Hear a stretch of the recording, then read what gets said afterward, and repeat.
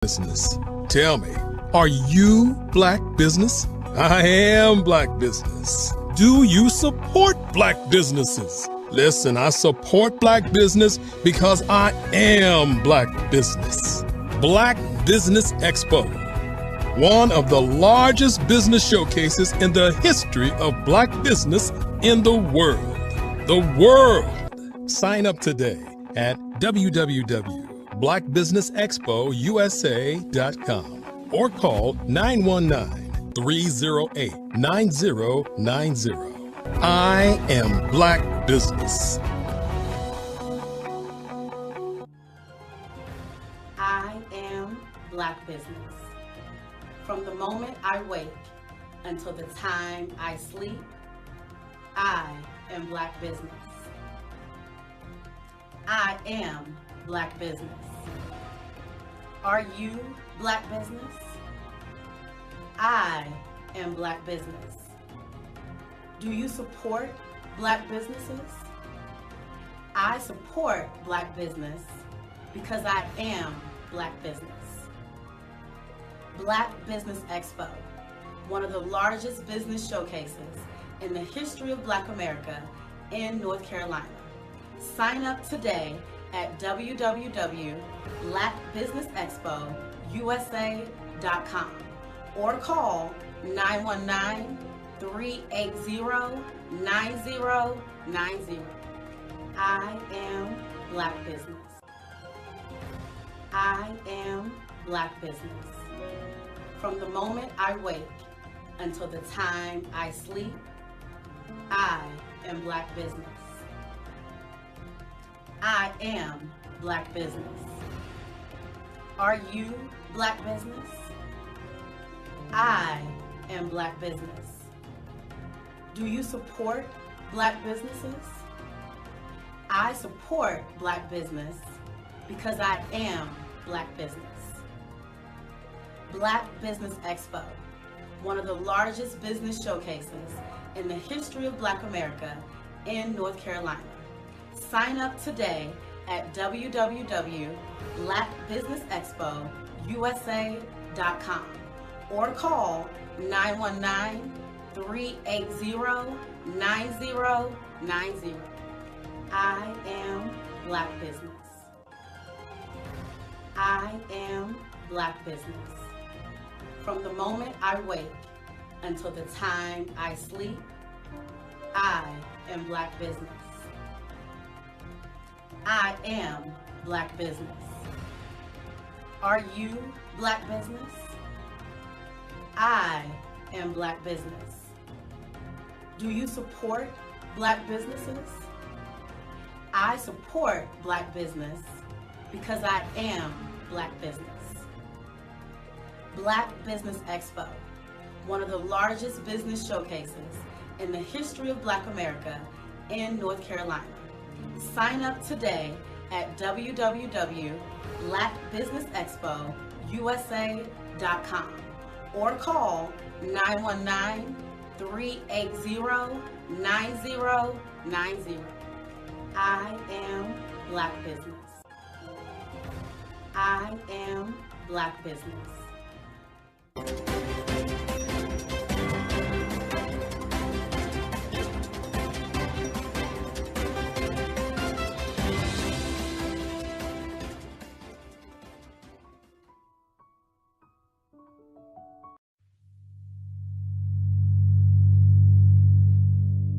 So what we have to do is when we get in a spot, we need to create some spots for us.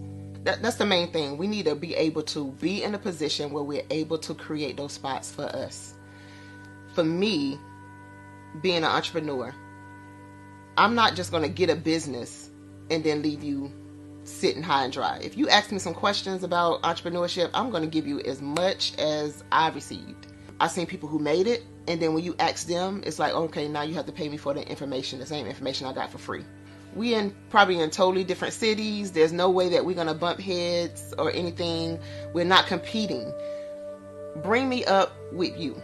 And so I just think that whatever education that I have, then I need to be able to give that to my own as well. So create the spots. You can create the spots when you get there.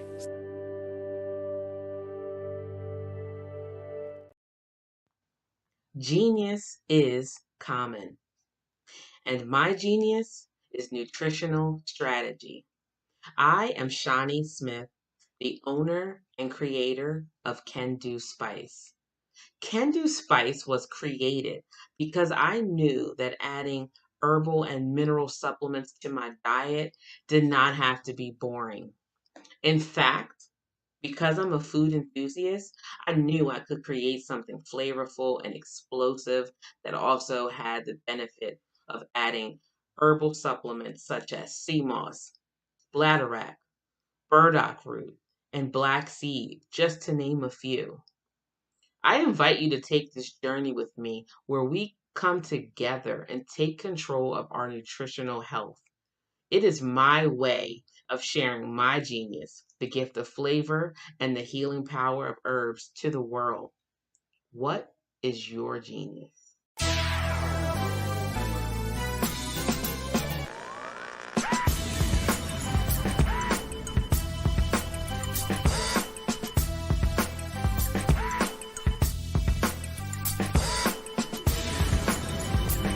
You are watching The View from Hampton U, exploring Hampton University's rich history, the past, present, and promising future.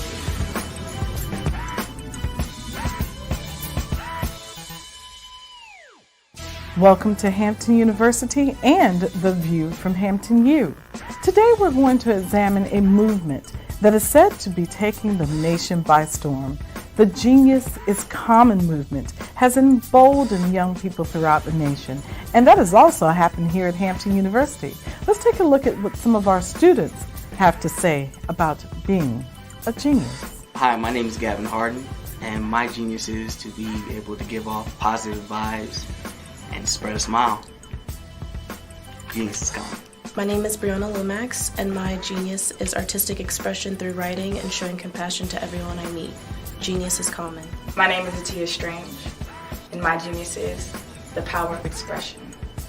Art is universal. I sing, I draw, I film, I photograph. Genius is common. My name is Maya Harris, and my genius consists of all the gifts that God has given to me. I am a giver, I am passionate about bringing ideas to life, and I have mastered the concept of finding the good in everything. Genius is common. My name is Diamond Sidmore. My genius is acknowledging the beauty in my own mistakes while challenging others to do the same in order to cultivate and grow. Genius is common. My name is Almajid Edwards. A lot of people think genius is about being talented or being smart. It's not true. Genius is about influence.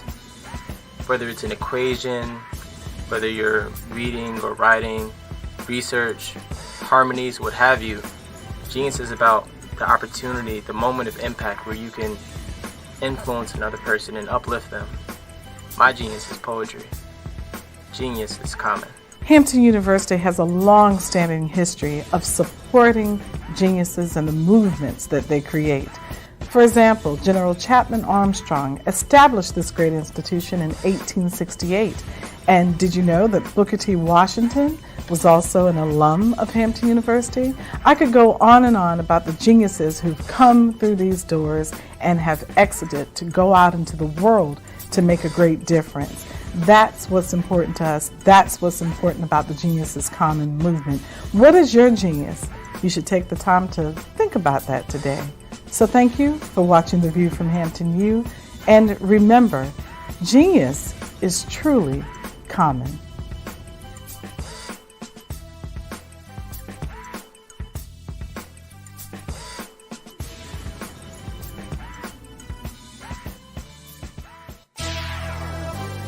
Join us next week for another exciting episode of The View from Hampton U.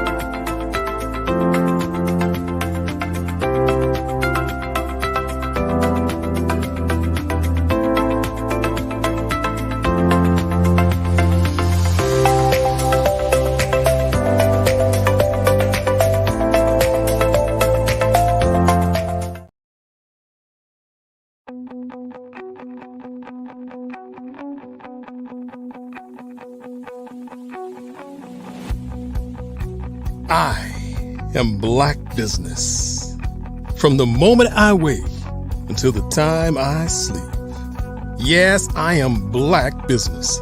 I am Black business. Tell me, are you Black business? I am Black business. Do you support Black businesses? Listen, I support Black business because I am Black business. Black Business Expo, one of the largest business showcases in the history of Black business in the world. The world! Sign up today at www.blackbusinessexpousa.com or call 919-308-9090. I am Black business.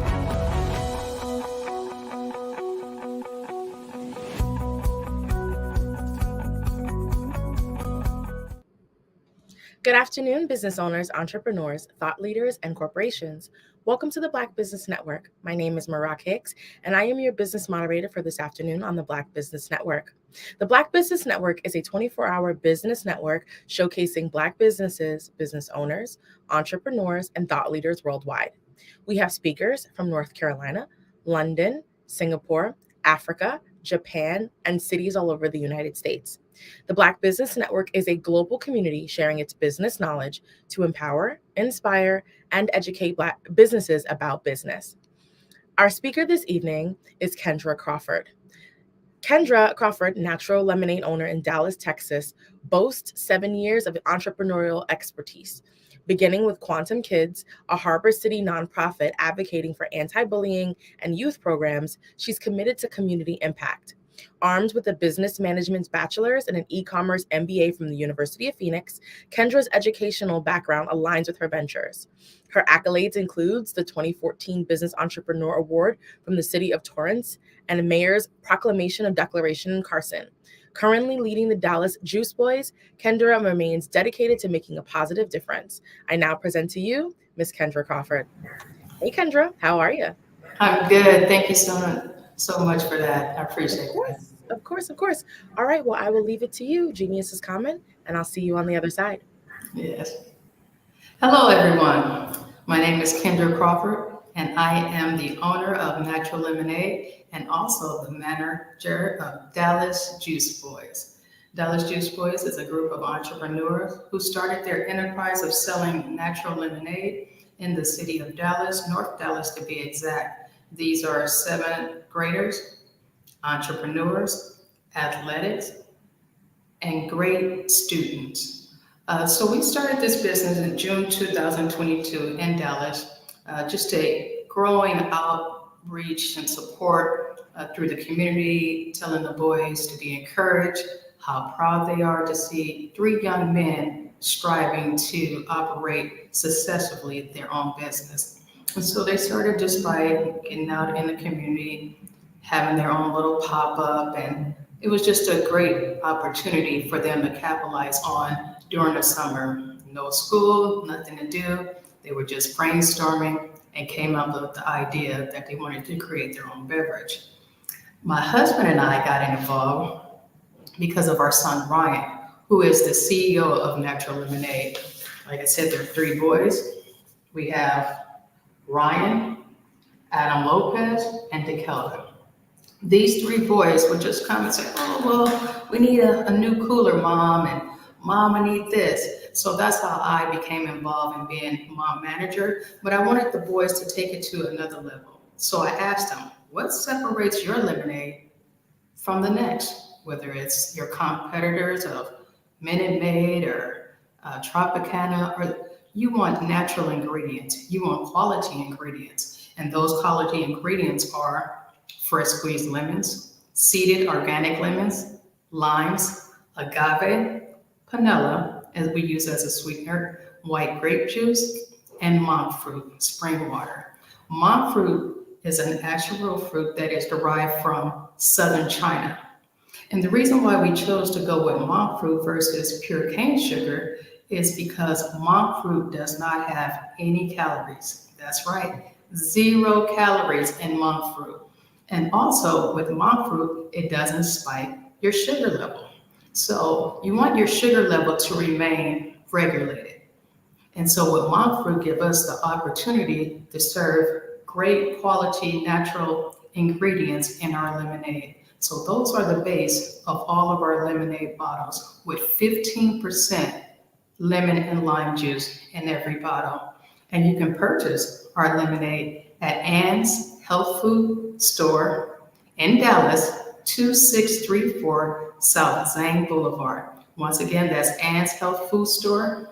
Address is 2634 South Zane Boulevard. And once you go inside Ann's Health Food Grocery Store, you will see iconic eatery, vegan spot, delicious food. And when you get your meal, you get something to eat, you got to have something to drink. So you can head over there and get our natural lemonade, various flavors, blueberry, peach, original, strawberry, which is our most popular, and our latest flavor is kiwi strawberry. So head right over to DallasJuiceBoys.com or naturallemonade.com, and you can order your 16-ounce bottle of lemonade. We also have half-gallon sizes of lemonade, which is our 64-ounce. But inside the store, you will see our 16-ounce bottle, which is here, and all the ingredients on the back. And we also have a QR code on every bottle so you can follow us on social media. Our social media page is Dallas Juice Boys on Instagram, Facebook, TikTok, and YouTube. Check out our documentary that's coming very soon that's going to showcase the boys starting their journey until now, about getting a food truck, getting into different stores, locations, and just expanding all around the DFW area for the Dallas Juice Boys Natural Lemonade. So that's what our quality ingredients separate us from any other. And we've had wonderful reviews. Even those customers who are diabetic, one particular customer has said he drinks the 64-ounce and he never has a problem with his sugar being spiked where it's uncontrollable. His sugar level stays regulated and is safe. Just researching on the CDC, we see that 13.6, those who are diabetic among various groups, American Indians, African Americans at 12.1, and Hispanics at 11.1. Those are the stats from the CDC concerning those who are diabetic. And we at Natural Lemonade, along with the Dallas Juice Boys, just want to help provide a better drink, a better solution that is healthy for the body. And by having 15% lemon and lime juice, the vitamin C is essential to the body. And that's what our lemonade gives, to help strengthen your immune system. Vitamin C is good for the skin and hair and your digestive system.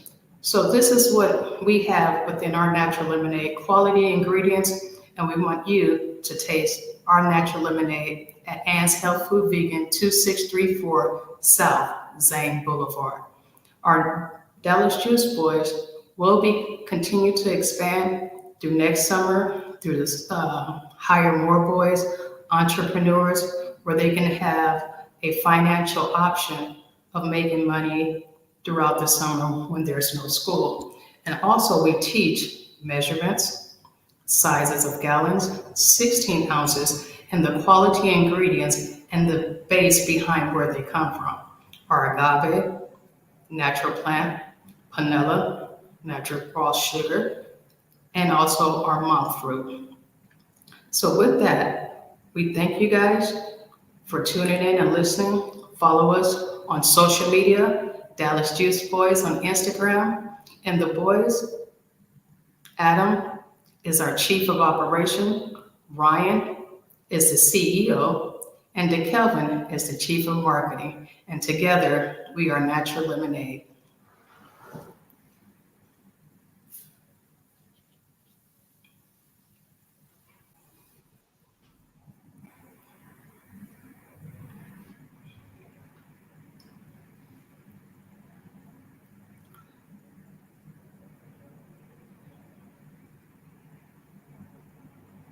Also with the Dallas Juice Boys, just want to add Any pop-ups that are located in the DFW area, any type of events where there's multiple vendors, or just to have us host as your beverage supplier, restaurants, food trucks, cafes.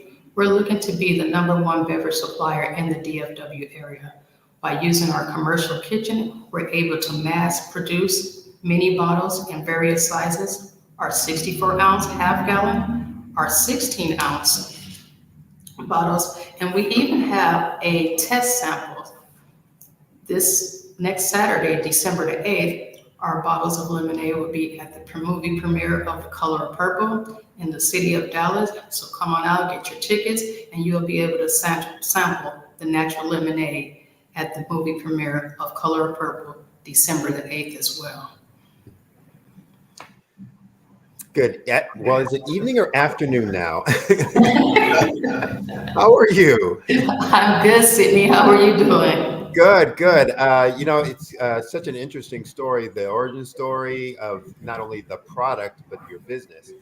So I'd love to delve into that a little bit more and have our viewers learn about entrepreneurship and decisions that go on from some of the things that you did in your journey for your business. So first, I was impressed and kind of intrigued by the blend of ingredients that you use.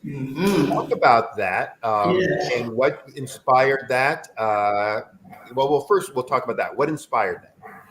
Well, I'll give you a little tad bit of background. I used to work at a very popular, well-known, world-renowned coffee store. And within that, they would make other type of lemonade, drink beverages, and refreshers and things of that sort. And as working there, I paid attention. Mm-hmm. Working there, I did my research and gathered as much information as I could so that would help me to prosper into this business. And it did. So those blend of quality ingredients, and friends are saying, why won't you use this for a natural sweetener? We got to monk fruit by attending a wellness seminar.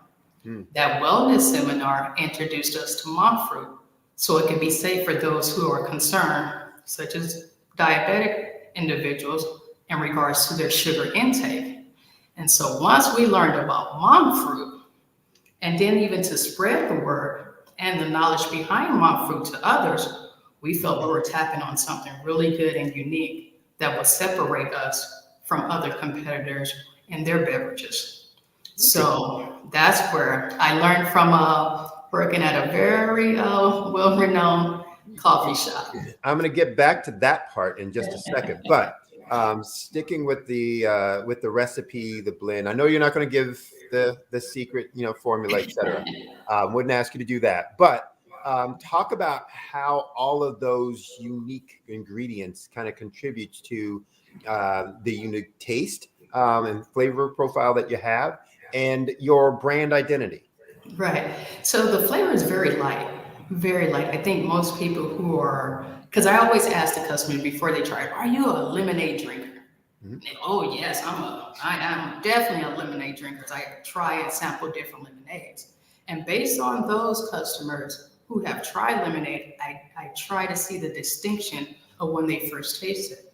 Being light, refreshing, not too tart, but just a nice blend that gives it a light taste. So that delicious blend with those ingredients, all natural, I think separates us from the caffeinated drinks, from the artificial flavor drinks, from words we can't pronounce when we look on the back of the bottle and you're trying to read what's on there. The words that are four pages long. Right.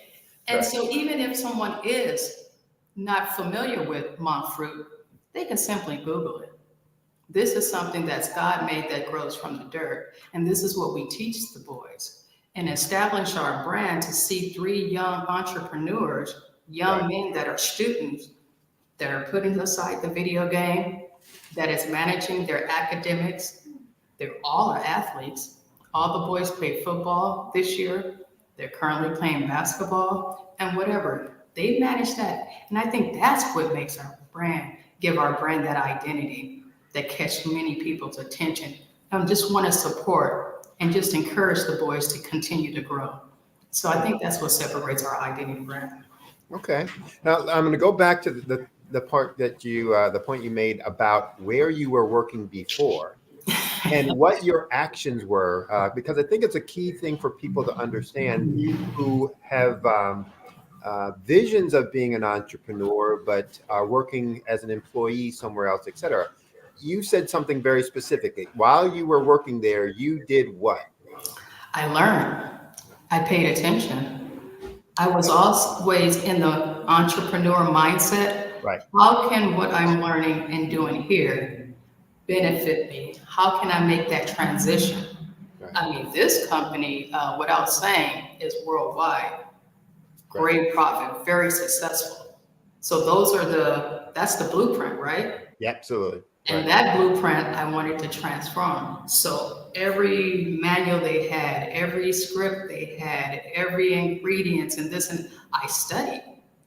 I would write it down and rehearse it, look up this ingredient, look up this flavor. How does this all match together to create this great product that we can stand behind, stating natural lemonade? I think that's my mindset going in. I think that's a valuable point, not only from the operations and process, so the process for delivering your product or service, but also in terms of how the business needs to be managed. So one of the mistakes I see a lot in my coaching of small businesses, mid-sized businesses, is that when people were working somewhere else, they just took it as a job, but didn't look at it from what will I need and what can I take away from here that will help me when I start doing my own thing, good or bad. Right. Here are the systems that were broken. When I have my own thing, it's going to be different. I'm going to fix it because these are the problems that it causes. Or when they're doing things well, here are the things I need to have in place so that my business will run smoothly as well, operationally and business-wise. Whether it's financial reports, you would never see a big company running their business without financial reports. Yet somehow we think that's okay for a small business because I'm just a small business. No. So I think what people may have kind of driven by that comment and kind of ignored it. Right. But I just wanted you to kind of comment on it again because it is so important and so valuable. So thank you very much. Absolutely for that. I mean, I feel that it's insane if you are an entrepreneur and you spend 8 hours not at your job, not in working for yourself, but for someone else. And within that 8-hour window, it never crossed your mind how I can take this as an entrepreneur to benefit my enterprise. Yeah. I could not go 8 hours without thinking about the Dallas Juice Boys or Natural Lemonade. For me, it's always on my mind. So wherever I go, whether it's to another grocery store, what other products sit here? Yeah. Could these be our competitors? And I compare the two. So it's always on my mind. I wasn't completely clear, and I'll, admit up front, wasn't completely clear of the connection between the Dallas Juice Boys and the Natural Lemonade. So talk about what Dallas Juice Boys contributes to, the brand identity and the culture of Natural Lemonade. Right. The Dallas Juice Boys are the founders of Natural Lemonade. Mm-hmm. I'll state that very clearly. So this was Sydney, their idea. They came to me, Ryan being my son, would come to my husband and I and say, hey, Mom, it'd be really good if we had a cooler. Okay, we provide it. Hey, Mom, we need this. We provide it. And so long story short, that's how I became Momager. Mm-hmm. And so we needed a name for our lemonade because saying Dallas Juice Boys, that's not the product. I said, let's just call it Natural Lemonade. And this is what will separate us by using natural ingredient compared to powder, country thyme, and trying to resell it. If you want your own, you have to have your own ingredients to stand behind it, and that's something you created compared to just simply reselling. So the Dallas Juice Boys are the founders of Natural Lemonade. And when I saw the commitment, the loyalty, and envisioned that this could be a great opportunity for success, we can expand this lemonade in various stores, various food trucks, various restaurants in the DFW area. Oh yeah, this could be a very good thing.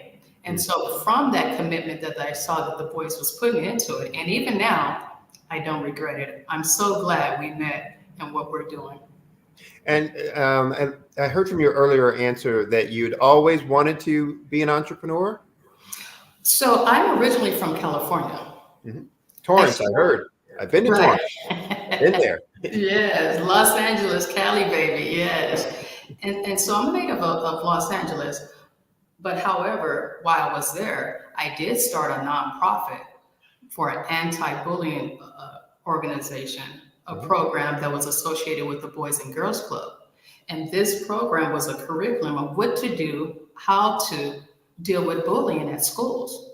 So that after-school program would give me being a liaison between the students that are reporting being bullied and harassed or even abused to the principal. Because many times in school, students don't want to be a snitch. So that's how I started my entrepreneur journey, especially with the youth. Okay. Now, why did you decide to do your business for the Natural Lemonade? And I know you were living in Dallas, but did you make a decision consciously to say, let's do the business here for a reason? Or was it just, this is where we started and let's keep it going? Two separate entities. So when I was in California, that was what I was doing. And then we got here to Dallas, Texas, and started a whole new enterprise. Okay. But with the Juice Boys in Dallas, did you ever think about doing it somewhere else when you were going to kind of make it big? Oh, definitely for expansions. Definitely, absolutely, definitely. But this was just, the starting steps to get us rolling, to get a good routine, and to see what we need to be successful. So okay. So talk a little bit about your growth and expansion plans. What's on the horizon? What are you looking to do? Where are you looking to take it? Ooh, definitely in more stores. And I think on the back end, we have to prepare, because if someone says, Kendra, I love the lemonade, I have the space for it, I want 10,000 bottles. So if that type of order comes in, what we want to do is prepare ourselves for the mass production. Right? For the facility that can hold this and we can be able to ship out. So on the back end, we want to prepare. But growing, we want other Dallas Juice Boys to join our organization, particularly around summer of 2024. We have another group of boys where I can set up in this area, from city to city in the DFW area. But the supervision has to be there. And we want to make sure that we have a game type plan for the second group of Dallas Juice Boys, and for the founders to be able to mentor them, to be able to teach them, not only about the products, the agave, the panela that we use, but the sizes, the measurements, how much are we using and why. So it's not only just let's just sell lemonade bottles. You have to know what's in it and how does it benefit the body. Because that's what we teach the boys. Well, if we're putting lemons in, what does that give to the body? Vitamin C. Then what does vitamin C do for the body? How does it benefit? Is it the digestion? Is it your hair, your skin, your nails? Those different type of things. So there's an educational component that comes with the Dallas Juice Boys as we grow and expand into 2024. And so expansion on the horizons in the Dallas-Fort Worth area. What about other geographies? What about other products? Any plans or ideas for that? Oh, absolutely. One of our biggest plans is with getting into the metaverse and virtual reality. By the Dallas Juice Boys having this animated personality and bubbly spirit, we want to be able to capture that in the metaverse and set up shop there where we can sell and have a live interaction. One of our consultants for metaverse and virtual reality is Harold Swaley. He's very well known in the DFW area, and he has an extensive background in IT in regards to virtual reality. So with his guidance, as he's preparing us for this is going to be very successful, we feel. I mean, he's worked with Destiny's Child, in the music industry, Snoop Dogg helping him with his career. He has his own television production, Abigail TV. So with this type of mentorship going into the metaverse, that's the biggest key for us right now, where we can really grow and expand. For those, IT is on the rise. Right. For those who are out there, again, starting up their business, or have visions of really making it big with their specific product, service, etc. Talk about the things that you need to consider when you're making those decisions about growth and expansion. So give some folks a look under the hood as to the kind of decisions that they're going to have to make, the kinds of criteria or factors that they'll need to consider in deciding, I'm going to add, some more stores, or I'm going to add a product line, or I'm going to go into a whole new medium and environment, for my trade. Absolutely. I think for any entrepreneur, especially one that's just starting out, it's in stages. You can map out the next 5 years, which is fine, but it's all in small stages. So I think if people take a small dose and see the results of that, and always have a system where you can test what you're doing. So if we sold 5,000 bottles this month, were there any returns? Were there any defects? Did we miss anything? So I think when you do it in small stages, you're able to critique where areas you need to make improvements at. It's like your strengths and weaknesses in small stages. For an entrepreneur that's starting out as well, I would say your team, because you cannot do it by yourself. Right. So even starting, who is this position? What are their responsibilities? Once everybody is on board and dedicated to what they want to do, still install small stages. That's how you grow, because you just can't look at the end. It's a long journey to get there. So keep everything in small stages, identify the roles of your team, and I think that's the foundation of having a successful business. Okay. Let's talk about another area that you obviously had to spend time with that might give folks an idea of what does it mean to start a business, to run a business, to be successful at running a business.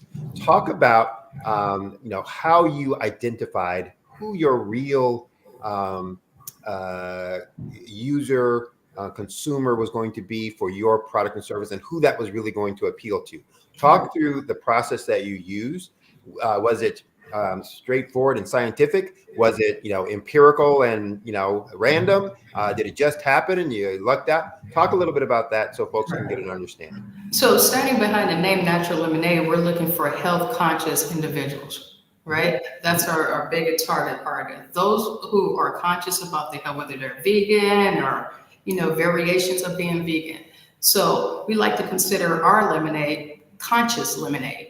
We're conscious about the qualities and the ingredients that we put into this. So that's what we aim that's why our products started at Ann's Health Food Vegan Store. And in that store, you will feel there's conscious natural products for the consumer.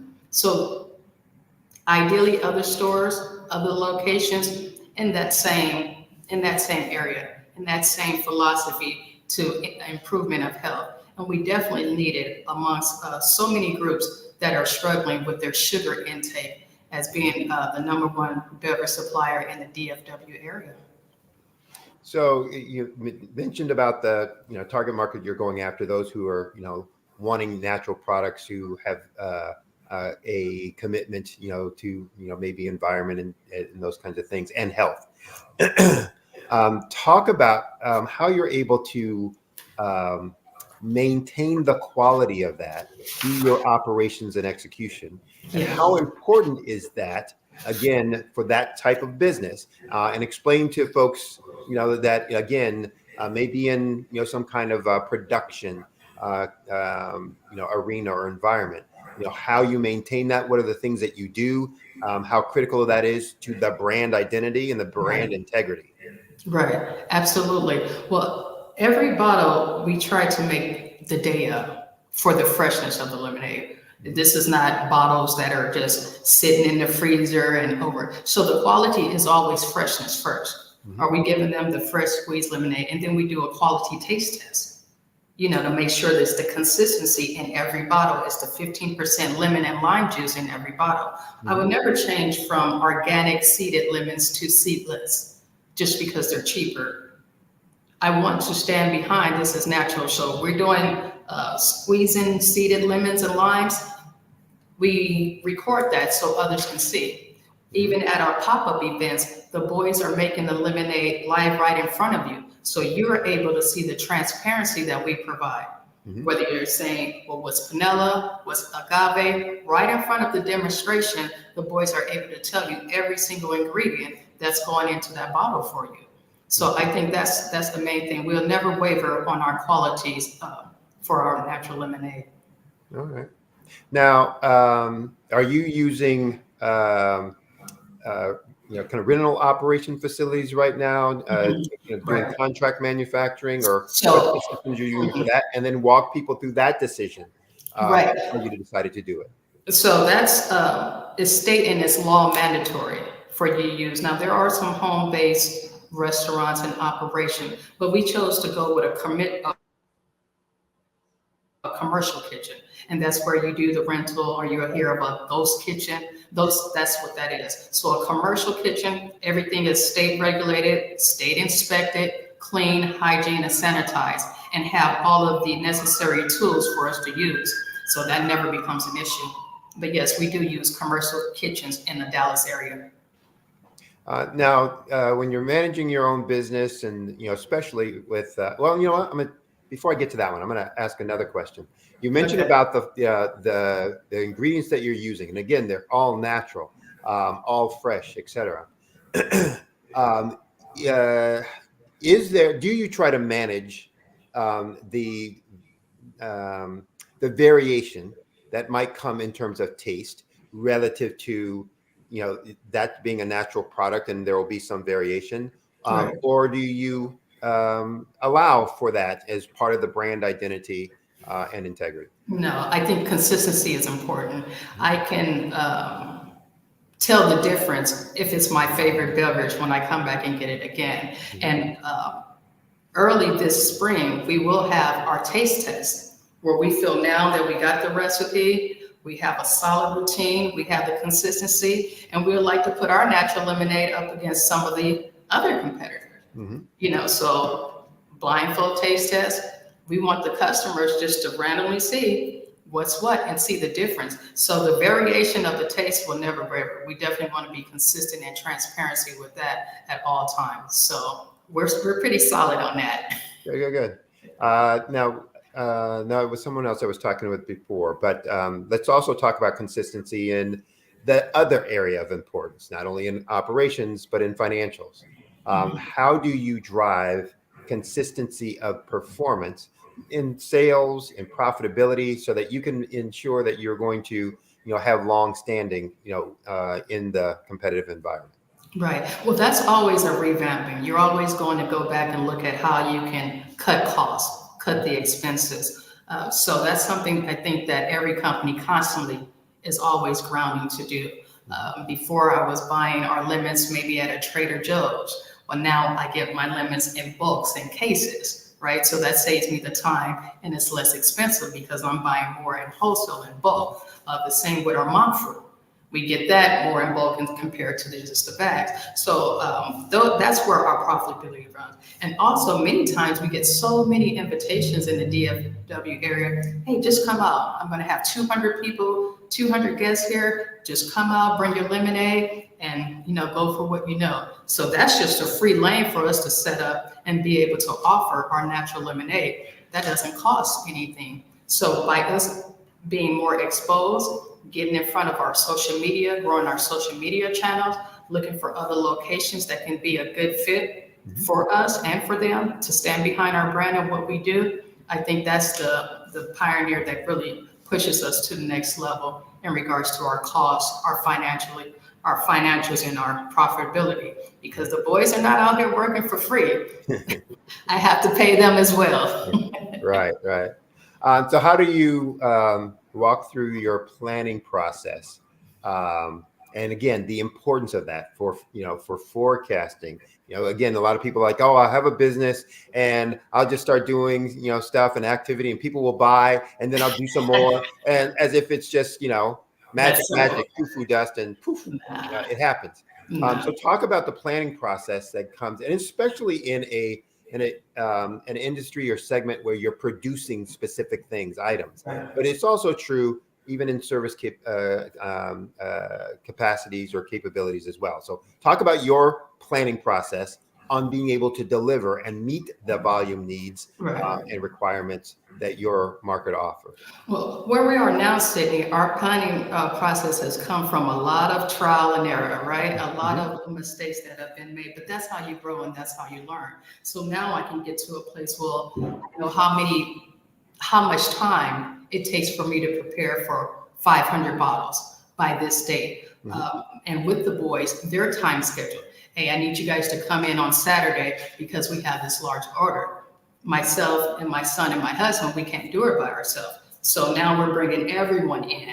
And even the parents of the Dallas Juice boys are always willing to get in and lend a hand and start squeezing some lemons. So the preparation comes from knowing what we done wrong before and preventing those things to happen again, regardless of what the order is and how soon we need it. So if someone say, I know this is last minute, a late notice, but can you get these bottles out? Well, we're grinding, but with having a good team that's dedicated and committed, like we talked about before, this eases the operation of planning.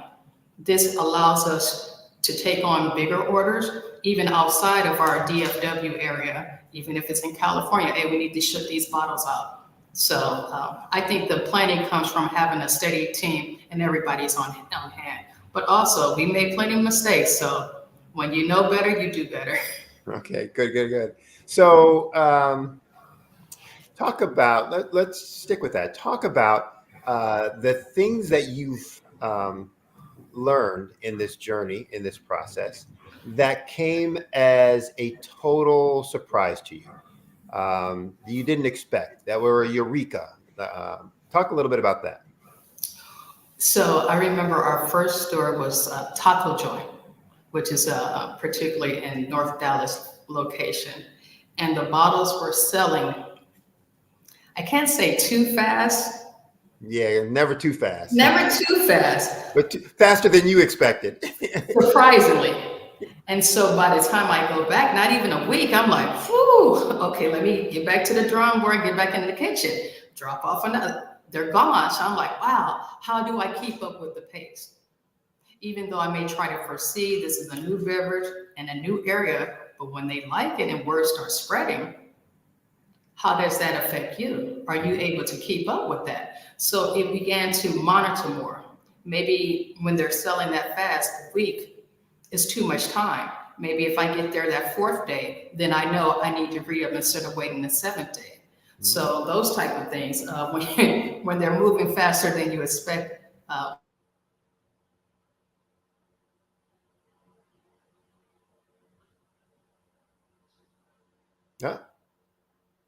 Did we lose you?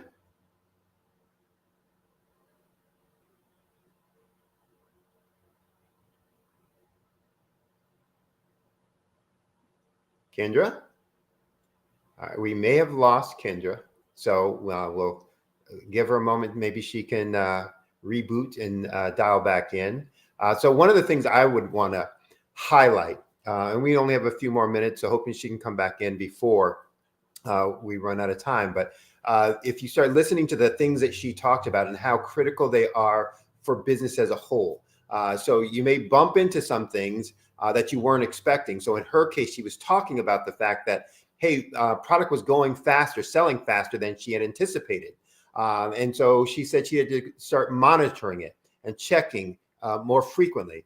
That's going to be the same whether you're talking about selling, 5 cases of something or 500 cases of something or 5 million cases of something.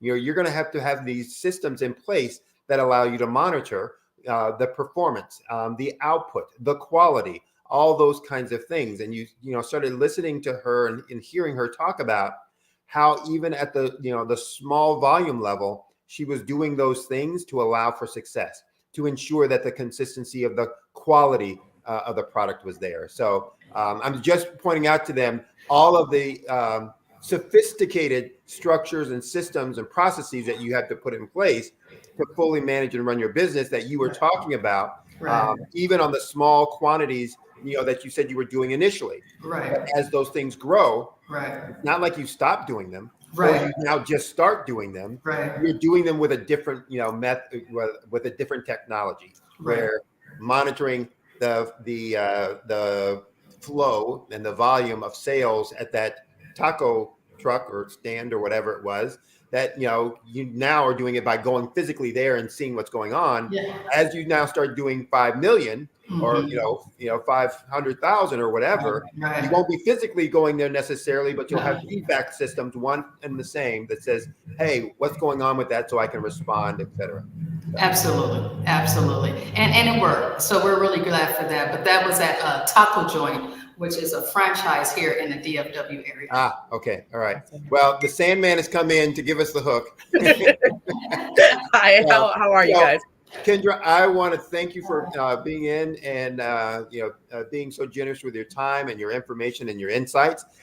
If folks want to help, get involved, invest, ask more questions, order product, how do they reach out to you?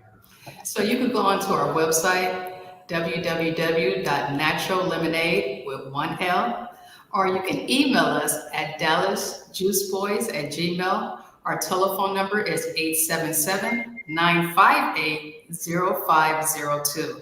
And we are Natural Lemonade and the Dallas Juice Boys.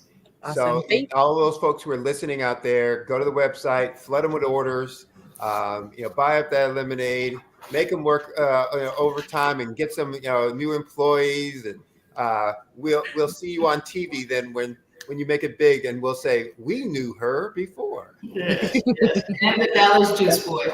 And just support. We're just about supporting young entrepreneurs.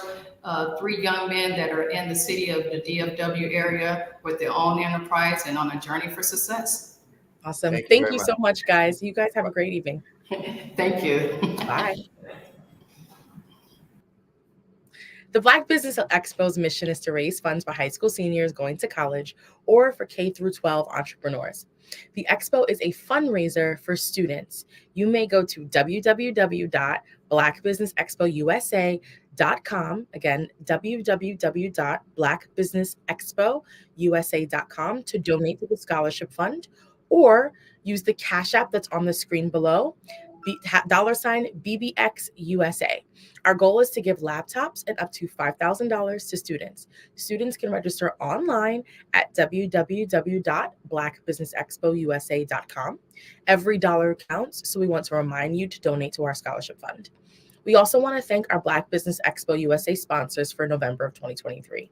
Our sponsors are NC100, Moody Capital Partners, Suede Soul, Lotus Riche Coaching and Training, The Hello LLC, Carolina, Virginia Minority Supplier Development Council, STEP Management, Barbara H. Smith LLC, Marjorie McLean Foundation Incorporated, Genius is Common, 5-Star BDM Media, Earth Essentials, Mullane Shania Global, Executive Women's Success Institute, The Quality Coaching Company, Superwoman Business Services, Creative Force Studios, Lee Entertainment, Artistic App Design, Black Business Expo USA, Genius is Common, and I will see you on the other side. Hello, my name is Kiasi Hum and I'm 14 years old. I think my genius would probably have to be setting goals and achieving them. I say this because ever since I was young, I always wanted to be an author, and at age 11, I ended up achieving this. But not only did I end up becoming an author, I ended up becoming a public speaker, a publisher, a business owner, all these great things. The name of my business is Written by Kids Publishing Company.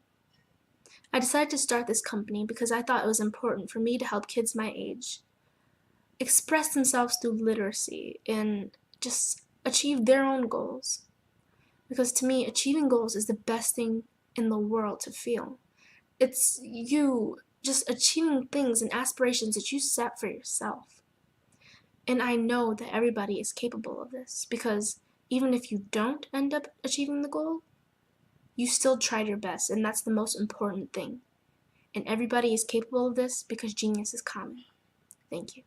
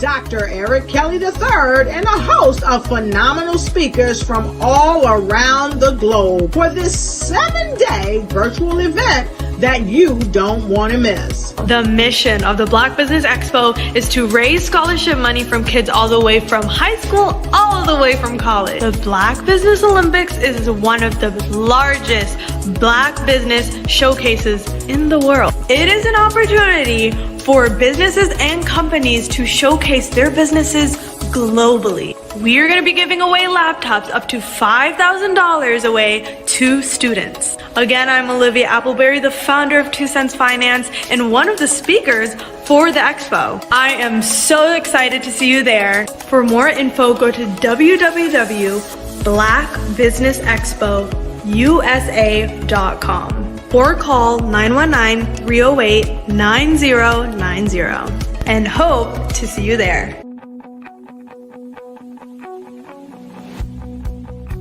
I am Black business. From the moment I wake until the time I sleep. Yes, I am Black business. I am Black business. Tell me, are you Black business? I am Black business. Do you support Black businesses? Listen, I support Black business because I am Black business. Black Business Expo, one of the largest business showcases in the history of Black business in the world. The world!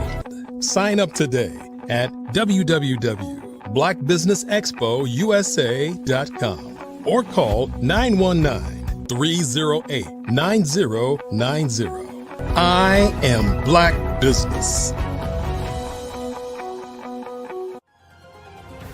I am Black business. From the moment I wake until the time I sleep, I am Black business. I am Black business. Are you Black business? I am Black business. Do you support Black businesses? I support Black business because I am Black business. Black Business Expo, one of the largest business showcases in the history of Black America in North Carolina. Sign up today at www.blackbusinessexpousa.com or call 919-380-9090. I am Black business. I am Black business. From the moment I wake until the time I sleep, I am Black business. I am Black business. Are you Black business? I am Black business. Do you support Black businesses?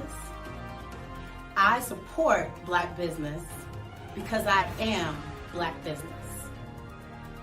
Black Business Expo, one of the largest business showcases in the history of Black America in North Carolina. Sign up today at www.blackbusinessexpousa.com or call 919-380-9090. I am Black business. I am Black business. From the moment I wake until the time I sleep, I am Black business. I am Black business. Are you Black business? I am Black business. Do you support Black businesses? I support Black business because I am Black business. Black Business Expo, one of the largest business showcases in the history of Black America in North Carolina. Sign up today at www.blackbusinessexpousa.com or call 919-380-9090. I am Black business. I am Black business.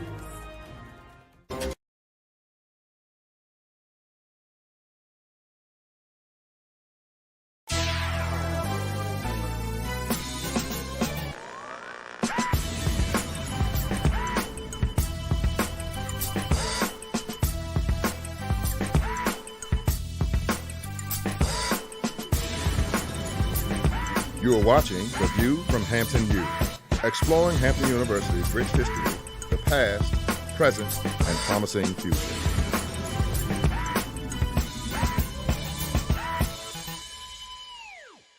Welcome to Hampton University and The View from Hampton U. Today we're going to examine a movement that is said to be taking the nation by storm. The Genius is Common movement has emboldened young people throughout the nation, and that has also happened here at Hampton University. Let's take a look at what some of our students have to say about being a genius. Hi, my name is Gavin Harden, and my genius is to be able to give off positive vibes and spread a smile. Genius is common. My name is Brianna Lomax, and my genius is artistic expression through writing and showing compassion to everyone I meet. Genius is common. My name is Atia Strange, and my genius is the power of expression. Art is universal. I sing, I draw, I film, I photograph. Genius is common. My name is Maya Harris, and my genius consists of all the gifts that God has given to me. I am a giver, I am passionate about bringing ideas to life, and I have mastered the concept of finding the good in everything. Genius is common. My name is Diamond Sidmore. My genius is acknowledging the beauty in my own mistakes while challenging others to do the same in order to cultivate and grow. Genius is common. My name is Almajid Edwards. A lot of people think genius is about being talented or being smart. It's not true. Genius is about influence.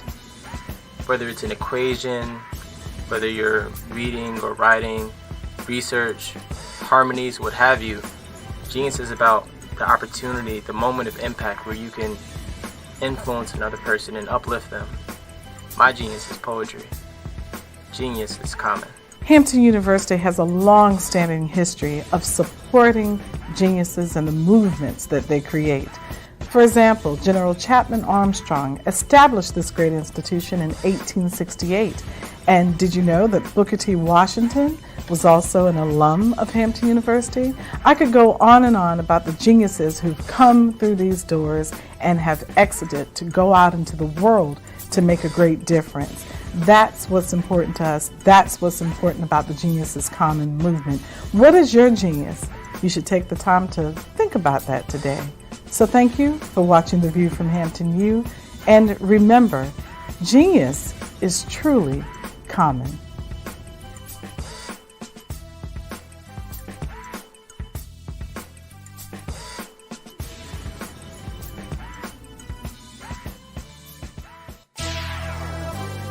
Join us next week for another exciting episode of The View from Hampton U.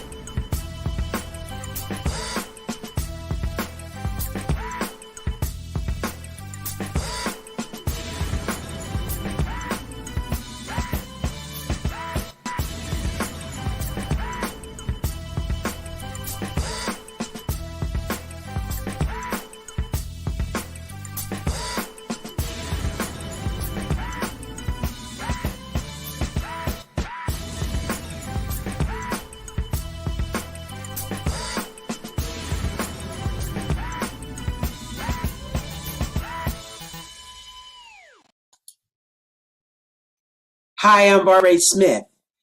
Genius is common. My genius is executive coaching and professional corporate training. As the master executive coach and corporate training ambassador for the Genius is Common movement, I help business owners craft their stories in such a way that you know exactly what they do, what they have, and what they bring to the table. Many times as business owners, we are asked, so what do you do for a living? And we could be crushing in our businesses, but we're not quite sure exactly what to say in a short amount of time. Well, I help you take those stories that are the reason why you're in business and why you're so passionate about your business and craft them in such a way that people are drawn to you as opposed to being repelled by you. Because every conversation, every time you talk to someone about your business, you are excited about it. But are you really conveying what you do, what you have, and what you bring to the table? And do really people understand why you care so much and why they should care that you have the solution to their problem? Well, I'm here to help you with that. As a master storyteller, I can help you with your stories and spin them in such a way that they are intriguing and fascinating. People want to listen to you talk about your business. That's why at the Genius is Common movement, I am the master executive coach and professional training ambassador. That's my genius. And genius? Oh yeah, it's common. Cash flow, 5, 10, 10, 75. I use the cash flow app to keep track of my charities. Cash flow, 5, 10, 10, 75 helps you manage expenses, helps keep track of charitable giving, helps you save your money. Cash flow 5, 10, 10, 75. Download it today. Cash flow 5, 10, 10, 75 would like to wish the Cyber Bears good luck in this year's first robotics competition. I was born in a little village on the island of Haiti. Many deadly diseases pounded me. It is as if they were on a mission to end my existence on this earth. I refused to give up. In 1983, I left Haiti and came to the United States of America. And I came with $5, 2 shirts. I didn't speak in English. I came to Atlanta. I got a job. I was a doorman. I was a doorman with a dream. What I used to come on stage. I'd rehearse this moment that I'm standing in front of you. That's the power of a dream. Maybe today is the day you begin acting as if you already have it. And then step out with full force. Take a risk. No condition is permanent. Don't let your situation distract you. You are chosen.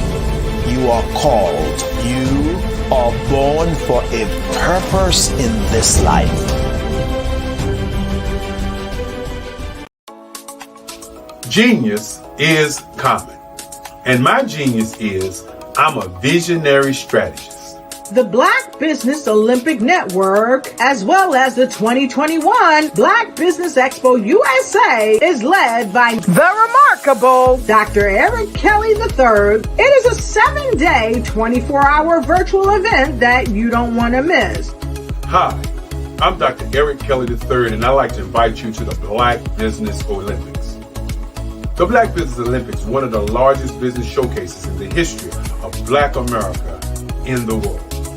It gives your company an opportunity to showcase, to market, to advertise your products and services worldwide. I'd like to invite you to come August the 23rd through the 29th. And for those who would like to speak or be a vendor, corporation or company, I implore you to give us a call at 919-308-9090 or go to our website, www.blackbusinessexpousa.com. My genius is understanding your vision and utilizing your vision to help you earn a profit. Genius is common. It's time to join the Black Business Olympic Network, along with the 2021 Black Business Expo USA. Join the remarkable Dr. Eric Kelly III and a host of phenomenal speakers from all around the globe for this 7-day virtual event that you don't want to miss. Because we know that genius is coming.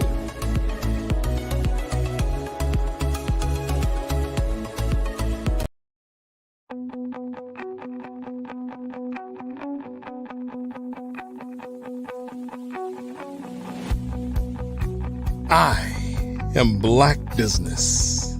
From the moment I wake until the time I sleep. Yes, I am Black business. I am Black business. Tell me, are you Black business? I am Black business. Do you support Black businesses? Listen, I support Black business because I am Black business. Black Business Expo, one of the largest business showcases in the history of Black business in the world. The world! Sign up today at www.blackbusinessexpousa.com or call 919-308-9090. I am Black business.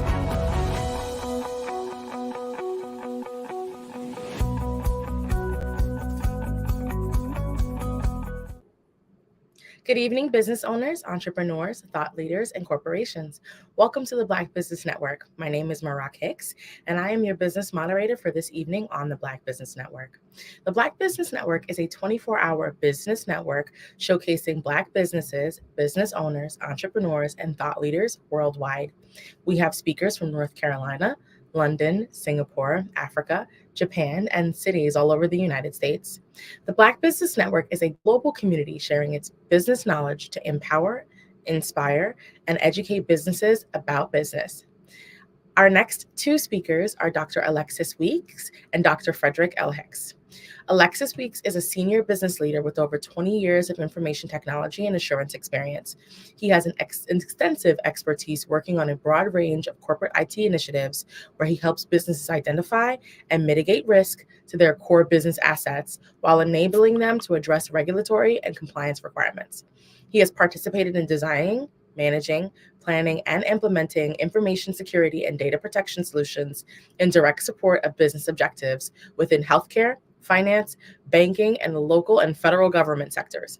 He is certified information security manager, certified systems auditor, and a certified risk and information systems control from ISA/CA International.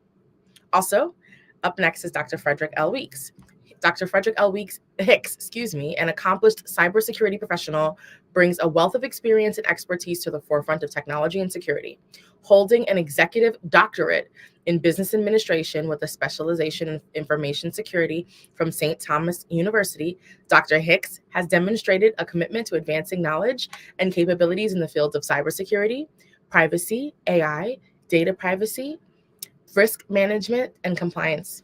He co-founded the Cyber Minds Research Institute, a 501c3 organization working with nonprofits to mitigate cybersecurity, compliance, and privacy risk. I introduce to you Dr. Frederick Hicks and Dr. Alexis Weeks. How you doing, gentlemen? Good evening. Good evening. Good evening. Thank you so much for joining us. Awesome. Well, genius is common, and I will see you both on the other side. Awesome. Thank you for having us. Dr. Weeks, Hicks, how are you this evening? I'm blessed, sir. How are you? We are back at it again. We are back at it again, my friend. I'm feeling really blessed. Got a lot on my mind, so I'm hoping that we can get into it. Definitely, definitely. So, Dr. Weeks, I walked in and literally the conversation started just like this. A gentleman on my team to protect his privacy, right? Yes, sir. His name is, for tonight's discussion, Mr. Phillips. Mr. Phillips walks in and he says to me, what do I do?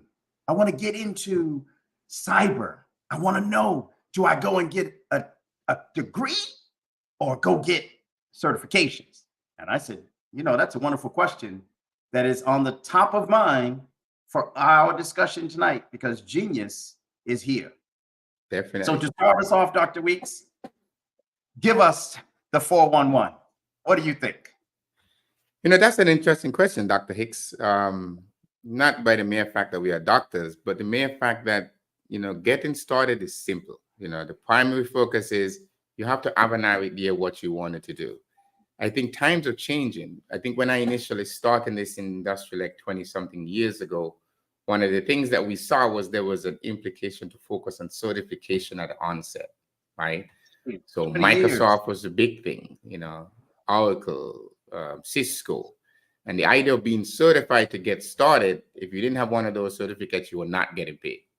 You know, I happen to have gone the non-traditional route where I did academia first, and then I got my certifications after. But the decision in terms of whether you get a degree or certification is left to the end user, right? It depends on the type of the roles that you're trying to go after, and you can specialize. One of the things that I have chosen, I've chosen to combine my love of both of those. I'm always going to be a student.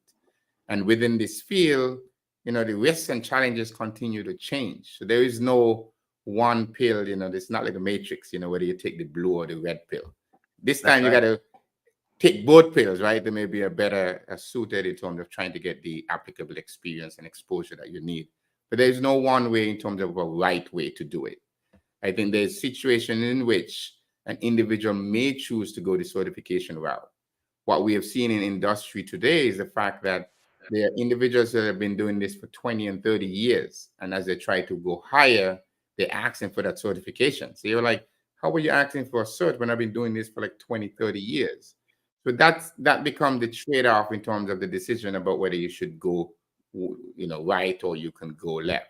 I think long-term, from a strategy perspective, it is beneficial to have both. And if you can find a way to combine both of those passions, I think you'll be successful within the field. So, you know, Dr. Weeks, I said to Mr. Phillips, I said, you know, in our space, you have so many choices. There is a myriad of different either privacy, cyber, or information technology certifications. And I started off with a question for him. I said, you know what, Mr. Phillips, are you more of a techie or are you more of a cyber head? And the reason I brought that question to him is I have a long history of rolling up my sleeves and working in the server room. Yes. A long history of dissecting the hardware first.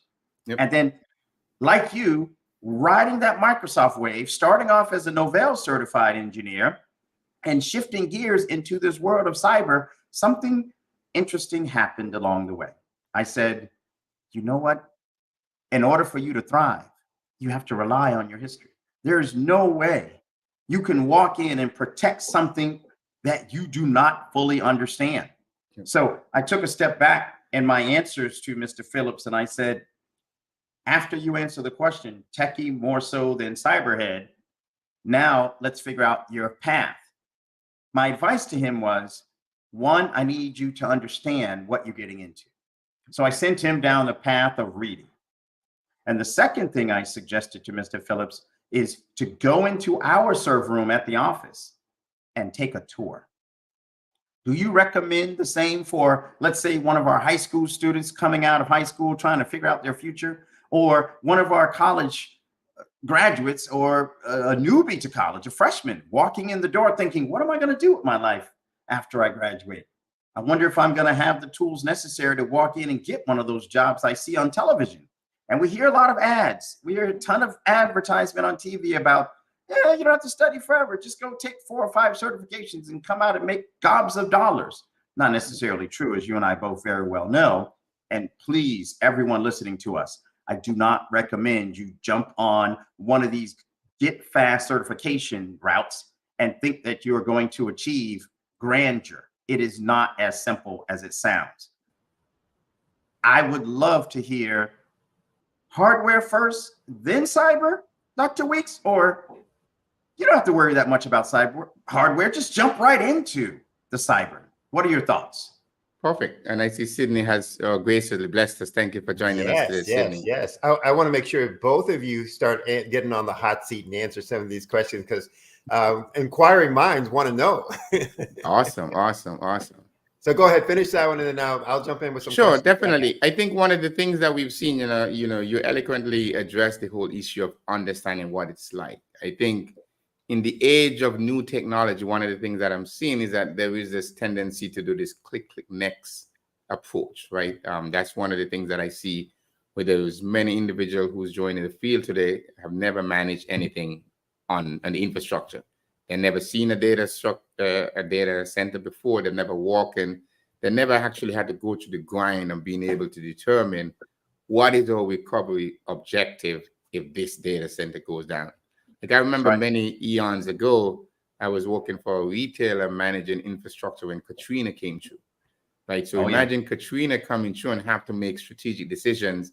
That was my first time of almost going on a corporate jet, where the jet was just waiting to move like the first responders, right? For that retailer at the time. And if you look at that dynamics to today, you have individual that is managing large infrastructure through AWS, Azure, or other type of cloud infrastructure that has never really physically been in a data center.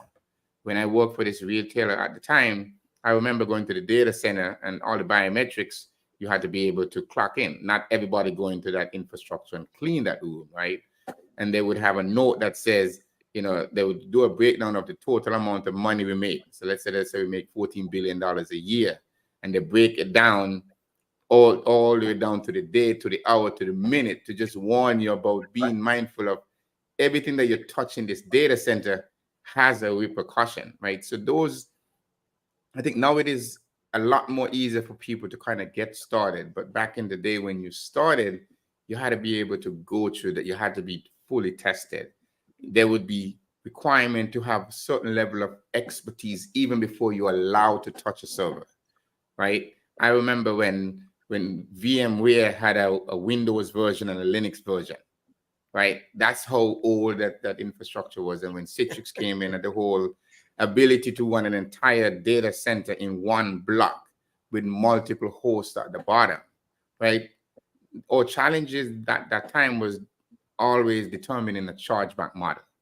Because if you need to buy a new database server, there's not only the infrastructure, there's the licensing cost. Now you can go in AWS in 5 minutes, you can spin that up. You still need the same licenses per core, but you don't have to wait for the long term to order that hardware. And I think that's one of the things that we've seen today for the cloud providers being able to solve that chargeback challenge. And Dr. Weeks, even listening to this conversation, I'm a novice for the folks out in our universe who are walking in thinking, wait a minute, he just said VMware, Citrix. I don't even know what that is. Right. And to me, you can't protect what you don't know. Right. Sydney. I equate it to protecting my kids, my family. I know where they're supposed to be, how they're going to react. And that is my family. I'm going to protect them wholeheartedly. If you're walking in green into a network infrastructure, you don't even know all the parts and what they do and how they interact. You're going to struggle. Therefore, I'm strongly recommending to all of our folks out there, start with a basics, A+ course, right? Get your hands on some hardware, understand the basics, then venture out, because you can get to a CISSP, a CISM, or you can go the governance route. There's so many different companies offering these different certifications, and how you start determines how you will fly. For me, flying from the basics wins. I know we've been joined this evening by the esteemed and wonderful doctor. Please share with us some questions. Yeah, well, I'm not a doctor, but I play one on TV. Nice, nice. But obviously, by your accreditation, both of you are doctors. The academic educational role is a part of your background. But I don't know that everybody out there understands or knows necessarily what are the degrees and certification, not certification, the degrees and a subject matter that you need to be an expert in, or that you could take courses in to be able to kind of get into this field. Perfect. And I think Dr. Hicks kind of started with the whole C++. There was some fundamental certification that you can do. When you look at it from a degree perspective, there was a lot of efforts today around data analytics, right?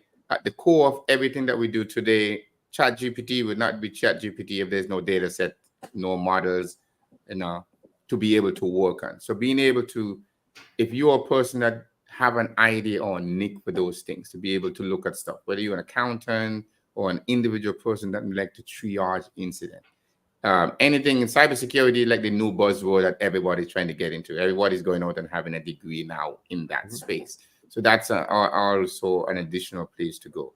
But you can just talk fundamentals. One of the benefits of this industry is that there is individual who's coming in non-IT experiences to be able to operate. Like I remember when I worked at a healthcare provider in Broward County a couple of years ago, my mentor, Dr. Fernando Martinez, he had a knack for being able to bring clinical folks into IT when clinical informatics was just getting started with a lot of the EMRs and other medical record services that was being provided.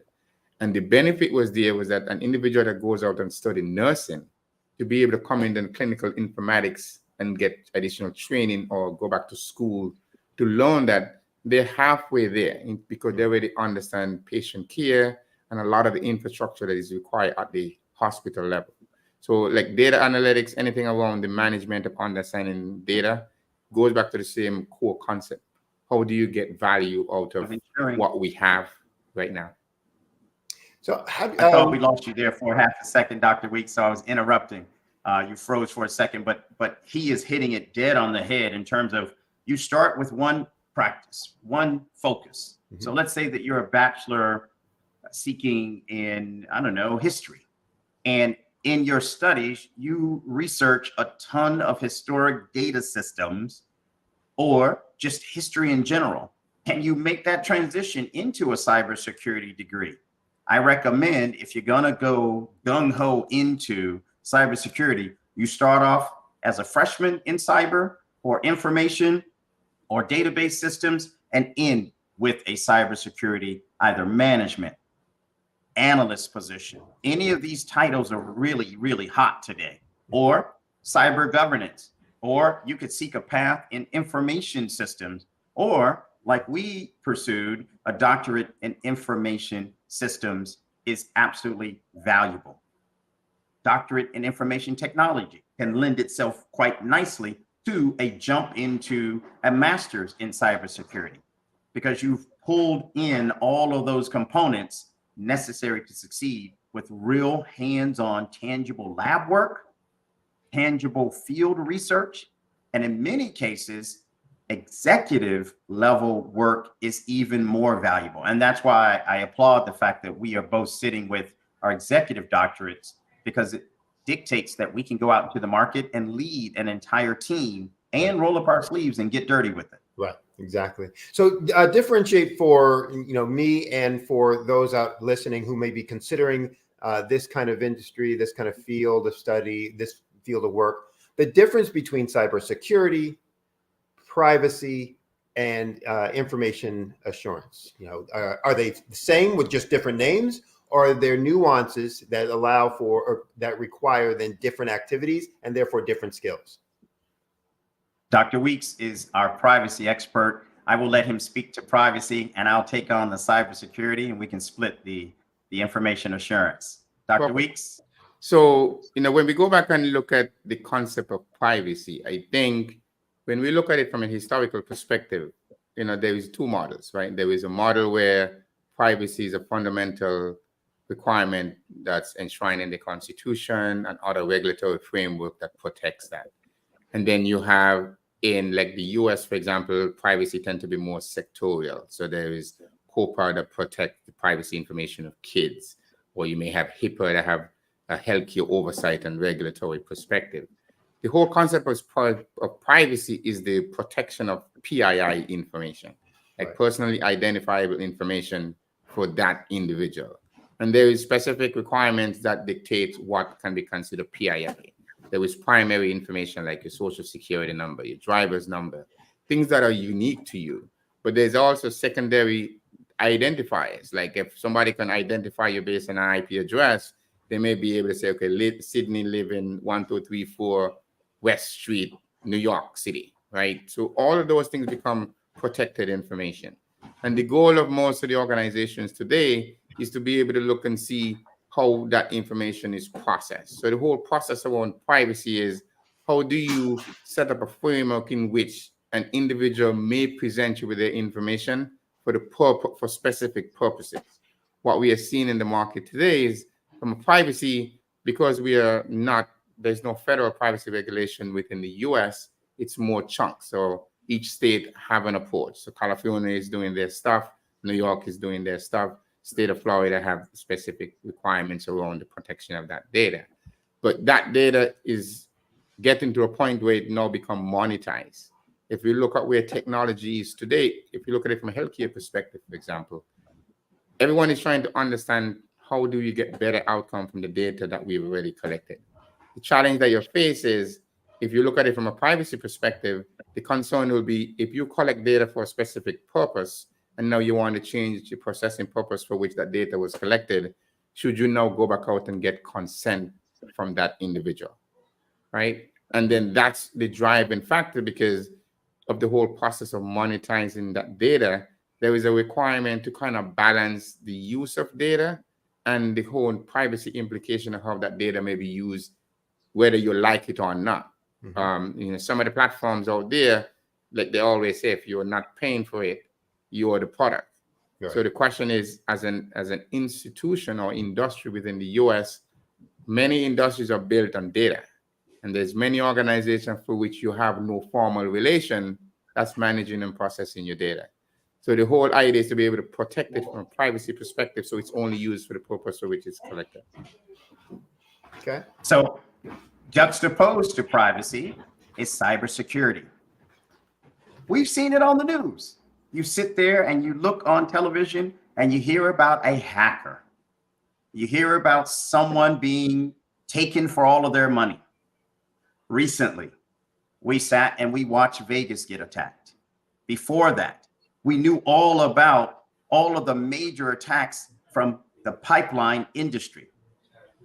What does that mean to a person who is sitting in a cybersecurity role? Those individuals have a hat to wear to block and protect the organization's information. They are like the soldiers on the front line fighting against a group of would-be bad actors. Some of them are from entire nation states. Look at what's happening with the different cyber attacks that are happening against Russia, cyber attacks that are happening against Hamas, the cyber attacks that are happening against Israel, where they're trying to cripple systems and in the middle of that, bleed down and grab data so that they can hold that data hostage and demand ransomware money and say, I have it. If you want me to keep it safe and not expose all of your information, pay me.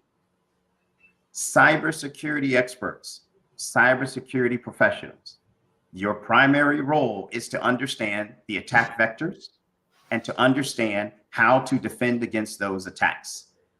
Many of the cybersecurity professionals walking in start off small and understand what is the concept of a firewall. A piece of hardware that sits in front of your network that potentially protects you from the outside world. If it's misconfigured, you leave a back door for a hacker and off they run and off they go with all of your information, which, as Dr. Weeks alluded to, is the golden nugget. If I steal 1 million records of people who are on, let's go with the popular drug, Ozempic, and I know that these individuals are fiending for that drug in order to lose their weight, I could send out a phishing email tomorrow morning to all of them and say, hey, I have Ozempic half price. Click right here and please put in your credit card information. Don't forget the 3-digit security code and please purchase nothing, because at the end of the day, I'm just grabbing all your money. So our cybersecurity experts are protecting data that bleeds into that privacy universe that Dr. Weeks is talking about, but it could also mean bringing down mission critical systems. I fear the day that someone outside of the US or outside of our local city decides to bring down the power grid or flood a water system with too much whatever it is to protect maybe perhaps chlorine, the drinking water, and contaminate us. Some actors in the future, sometimes you hear about it in movies, turn into reality checks for us. Many of our local systems might be vulnerable to some of these attacks. What if we turn up the temperature a little bit too hot that keeps the nuclear material cool in some of our nuclear plants? Those are the type of attacks that when you hear about cybersecurity, we are supposed to protect the universe and the world against. Okay. And now information assurance. Two things about assurance, and most people don't understand that difference. Assurance relies on us knowing something that is in fact safe. Information assurance also bleeds into the concept of understanding that the information is also accurate and available. So that assurance has a middle ground that more bleeds into a combination of both. And when folks come and advertise that, hey, I'm looking for an information assurance team or an expert in that space, sometimes they'll walk in wearing a lot of that privacy hat on the front end and have some tangible cyber skills on the back end. Dr. Weeks, do you agree? Yeah, definitely. I think at the heart of the whole process is your ability to kind of validate the integrity of what you have, right? You can't protect what you don't know you have. So the core of that process is trying to determine, obviously, what you have. And then once you map out what you have and where it's located, then you can kind of establish those controls around the processes that will be required to make sure that information itself is available when it's required. And only those individuals who's authorized to have access to that information have access to that information. And then there's a verifiable process around that. Sydney. So let me try and see if I can paraphrase this accurately. That privacy is what needs to be protected. The cybersecurity is the how I'm going to protect it. And the insurance, the information insurance is the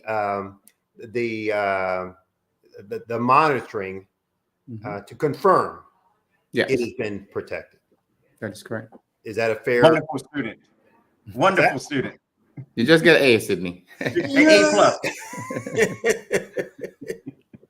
I go to the front of the class. All right. All right. So talk about this. Obviously, with this being so important today, with all the systems and technologies that are in place, et cetera, this becomes the trendy hot thing. It becomes the trendy hot thing for schools and businesses to provide certification and to start teaching coursework in it. It becomes the hot thing for somebody to get into as a business, as a startup, et cetera, et cetera. What's the best way for someone to stay current on all the latest trends, new knowledge, new information? And what is the way that somebody who's purchasing these kinds of services will know that, hey, they're, the business I'm going to, hire or bring on board, or the individual really is up to date and knowledgeable? Perfect. So I think one of the first things we start looking at in terms of trends, right? And if you're going to get started, the idea in terms of where you go to find resources, right? So there's many nonprofit organizations for which you can be affiliated or associated. You have ISSA, you have IC Squared, you have ISACA, you have NAZI, you have multiple organizations that has professionals within that field, right, to be able to get a source of information. NISC, in terms of a government organization, provide a lot of baseline or standards around the topic itself.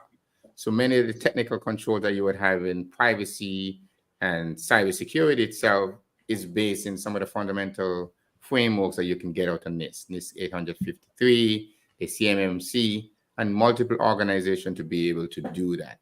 There is multiple other managed services. So depending on the type of services that you offer, the managed service may have a collection of information where they're monitoring the threats across the world.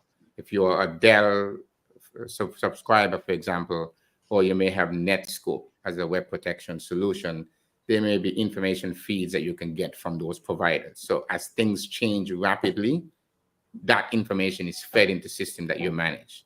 If you look at it at the end user perspective, if you have McAfee or baseline virus protection, once things change in the environment, your application can get uploaded or updated once the check change. Apple has a whole bunch of information that they just received. So any solution or application that you have internal to your organization, those organizations provide a way of staying current on the trends or any update that may directly affect you.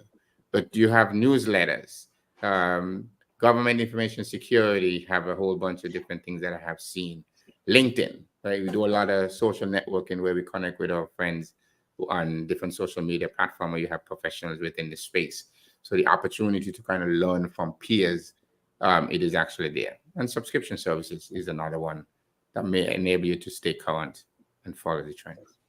So for me, the same question, I'm going to add two things that I think are mission critical for us.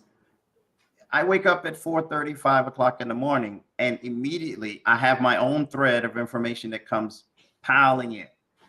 And I customized that thread almost, 5 years ago. So every morning, between myself, Dr. Weeks, Dr. Johnson, and other members of CyberMinds, Dr. Gomeres, Dr. Joseph, who couldn't join us this evening, we flood the universe with the knowledge of the headlines. You hear about the headlines, but until you sit down and read those headlines, you're just lost. So if you're an executive, if you're at any level of the accounting departments, you look at the recent headlines and two things have popped to the front of mind. One, the SEC has recently announced a new paradigm for reporting cyber incidents. Wait a minute. The average person wouldn't know that unless they're reading and paying attention to the headlines, right? The accounting folks have different threads that they are now seeing more information security concern brought to the forefront of their profession. Keeping in touch with each of those arms that are threats to the organization are mission critical. Those for the executive folks are important to monitor, starting with waking up and having those articles front of mind. The second thing I want everyone to understand, especially for this conversation, is don't get distracted. We know that artificial intelligence is the next hottest item out there, AI or cybersecurity. They too are related. So understanding your interests up front, if you're interested in cyber and you want to get started, starting with some of the list of periodicals and those threads, either through LinkedIn and understanding where the hot topics are. There are 1,000,001 websites that only speak to what's hot in cybersecurity. Information Week was strong for a while. CIO.com, excellent for CIOs. And now we have CISOs, Chief Information Security Officers. They too have talk forums on many of the social media platforms. So staying current and understanding what's hot and how they overlap is mission critical for everyone to decipher, I think, daily. And in some cases, multiple times, multiple touch points throughout the day to know what recently happened and what that impact is on your organization is critical. Dr. Weeks mentioned NIST, which is a fabulous free utility for not-for-profits and government entities. They regulate and produce a lot of information to help organizations protect against some of the threats, including any threats that touch the privacy of an organization. Keeping on those websites keeps you up to date and current on all of the happenings, whether they be across seas, impacting the US, or right in your backyard. So with this kind of environment and the importance of it, but also the technology involved and the trendiness of it, all of those things combined, you often get the power struggles. We're most important. We're most important. Da, da, da. And I've seen it in other industries that I've consulted with, et cetera. And I can envision here you've got privacy folks who are saying, no, our word is gospel because we know what information is out there, and when cybersecurity folks saying, hey, we're gospel because that, and the monitoring folks saying, but then you also have the business people, oh wait, but the customer wants this or the user needs that, or for us to be able to do business, we need to have this information to be able to use it this way, et cetera. How do you balance all those things out? Who takes kind of leadership on it? And how does someone who's in the industry or want to be in the industry put themselves in a better position to be able to navigate those waters?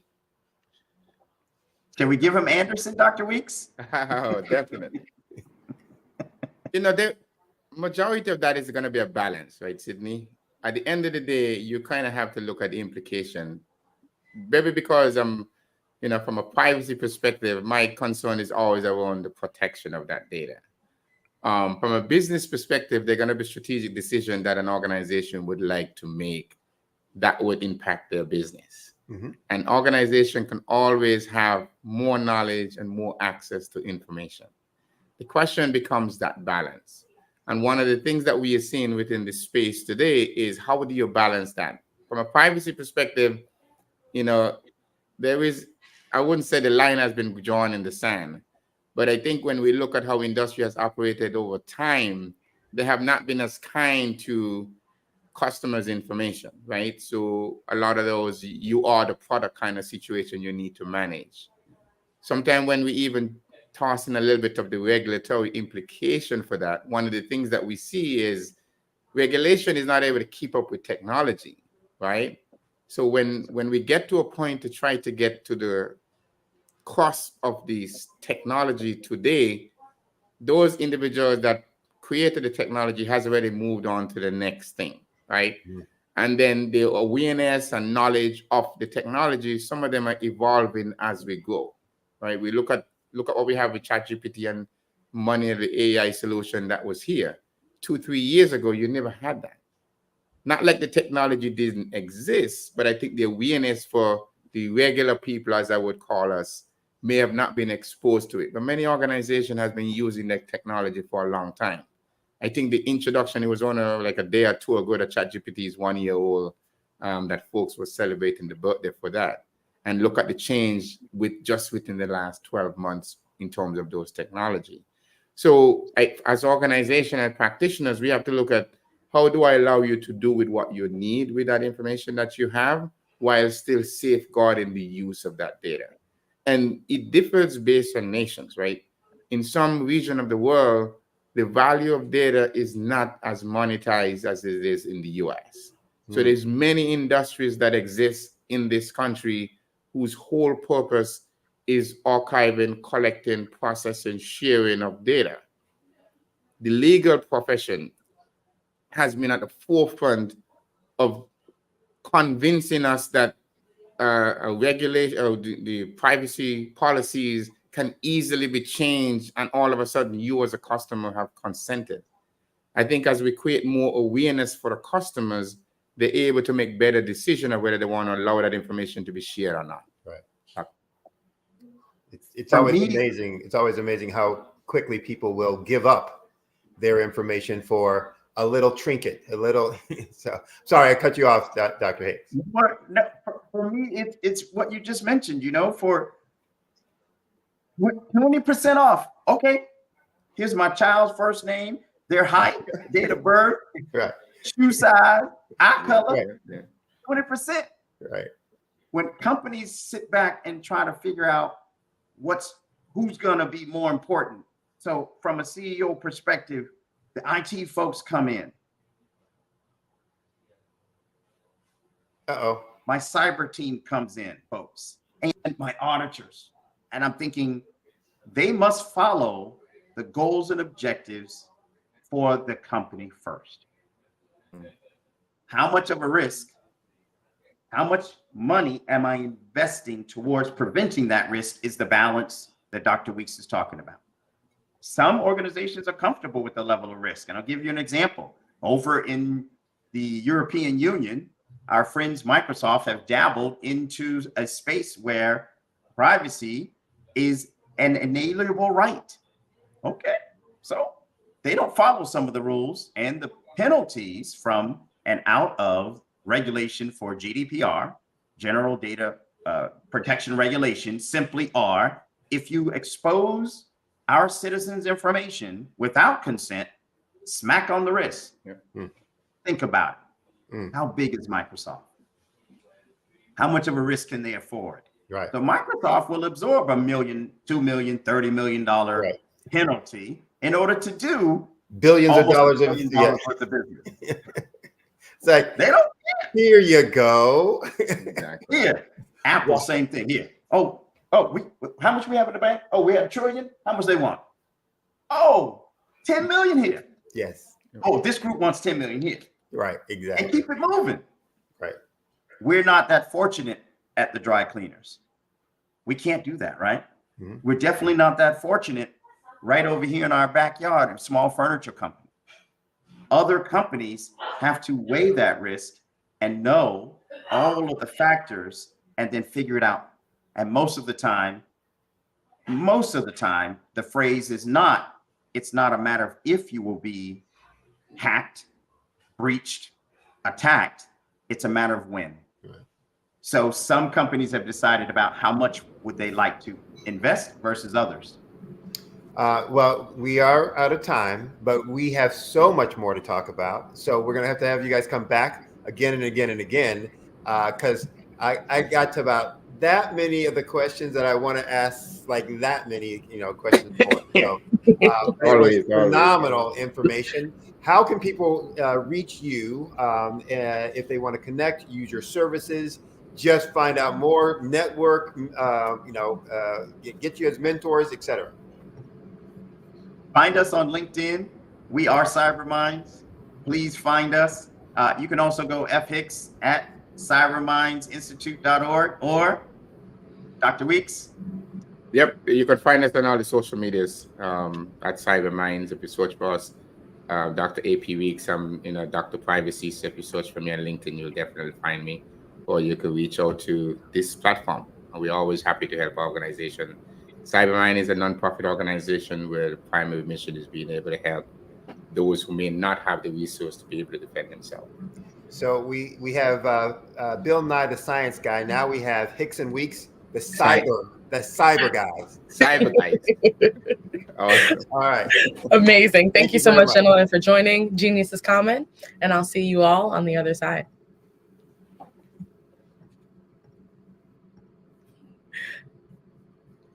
The Black Business Expo is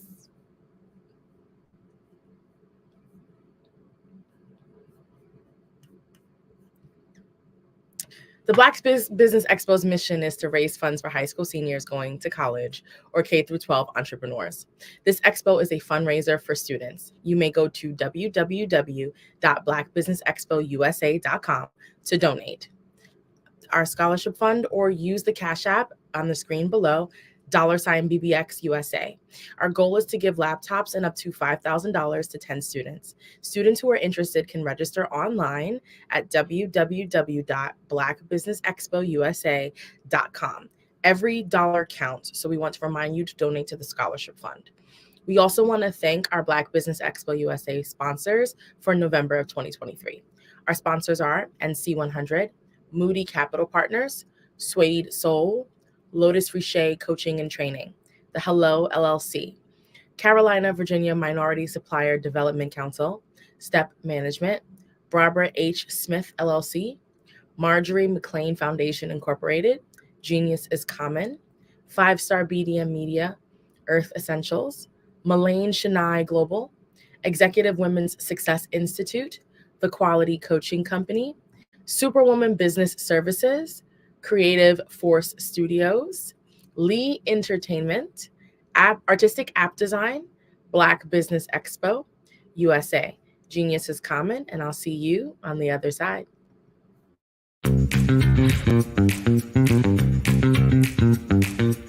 It's time for you to start bossing in social media.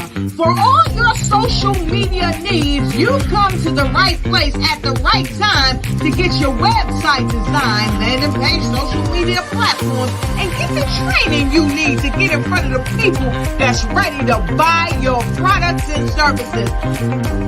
Let me train you with StreamYard, Zoom, Clubhouse, and much more. And let me help you get your virtual professionals, not assistants, because assistants can only assist you, but the virtual professionals can give you that professional flavor that you need to expand your reach and increase your revenue. Jump on in and get in where you fit in and start boxing today.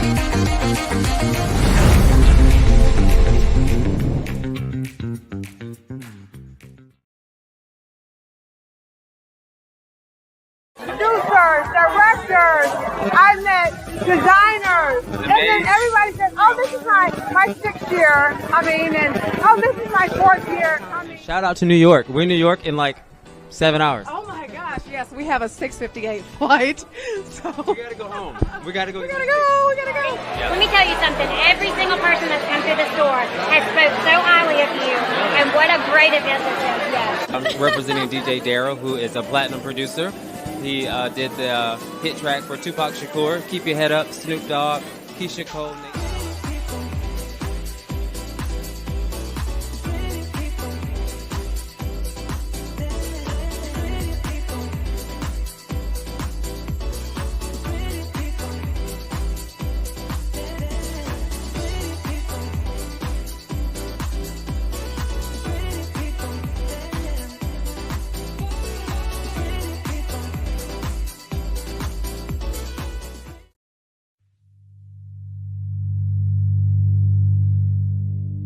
So what we have to do is when we get in a spot, we need to create some spots for us.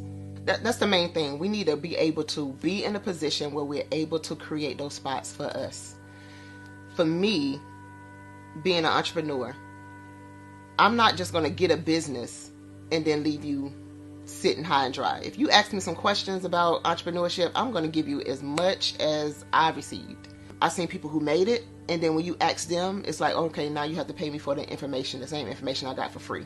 We probably in totally different cities. There's no way that we're going to bump heads or anything. We're not competing. Bring me up with you. And so I just think that whatever education that I have, then I need to be able to give that to my own as well. So create the spots. You can create the spots when you get there.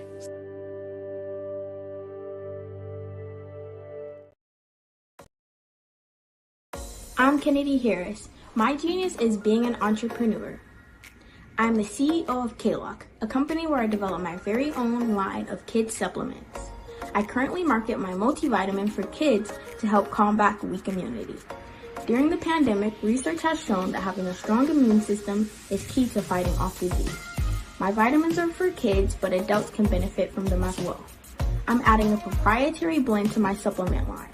I want to create my own blend so that I have a competitive edge in the marketplace. Staying healthy is important to me so that we live longer and have healthier lives. My website is klockproducts.com. That is K-L-O-C-K. Genius is common.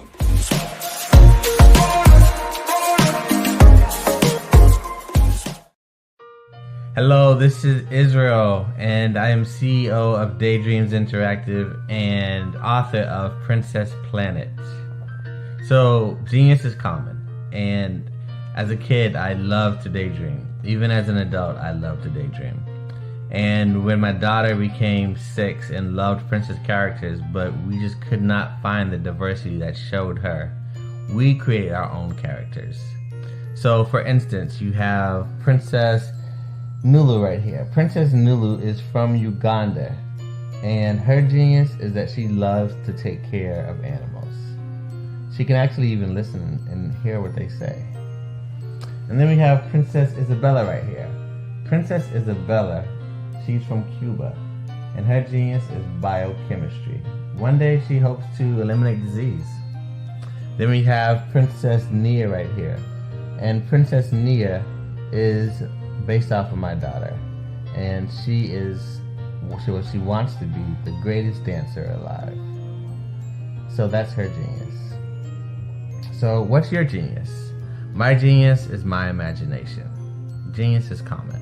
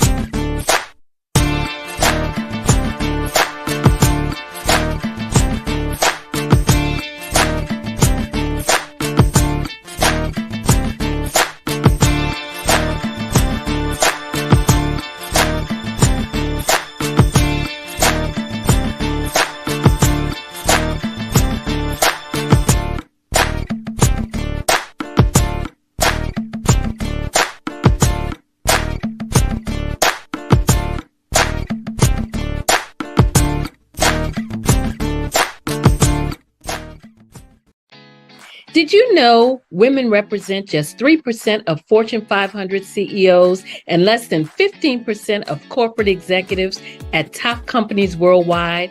Have you wondered what the secrets are to getting into the top ranks, whether in the private or public sector? Do you want to figure out how to stop being held back in your career or passed over for promotion? Then you're in the right place. Hi, I'm Dr. Madeline Ann Lewis, President and CEO of the Executive Women's Success Institute. I have decades of experience in the military, the federal government, and corporate America, and my mission is to help women succeed and tap into their full potential. I want to reach 1 million plus women around the world to become the leaders they are meant to be. So if you want to move into a management or executive level position, or maybe you are a female veteran transitioning out of the military into business entrepreneurship, then reach out to the Executive Women's Success Institute at 301-693-3284. Let us get you on the fast track to success.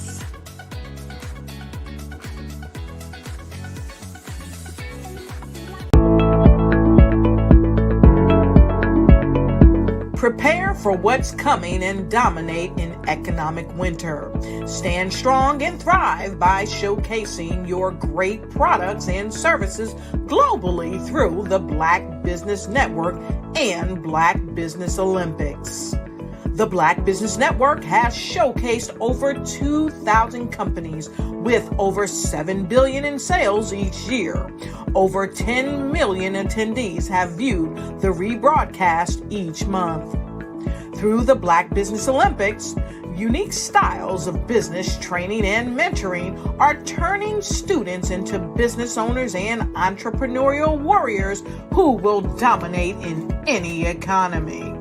Gain the ultimate advantage of the Black Business Olympics, 7 days of unbelievable topics and speakers speaking around the globe. Donate your time and experience to provide expertise and scholarships to students worldwide and change the world.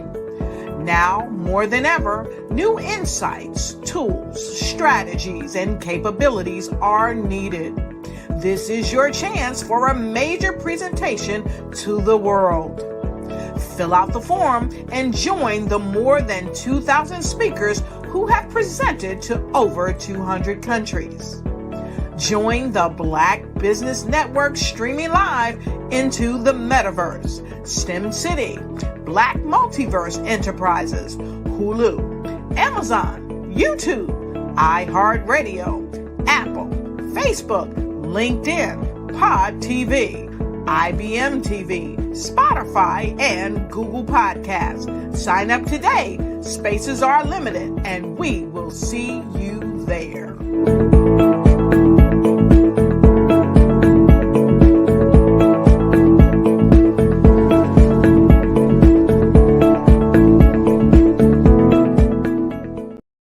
I am from Washington, D.C., but I was raised in Durham, North Carolina.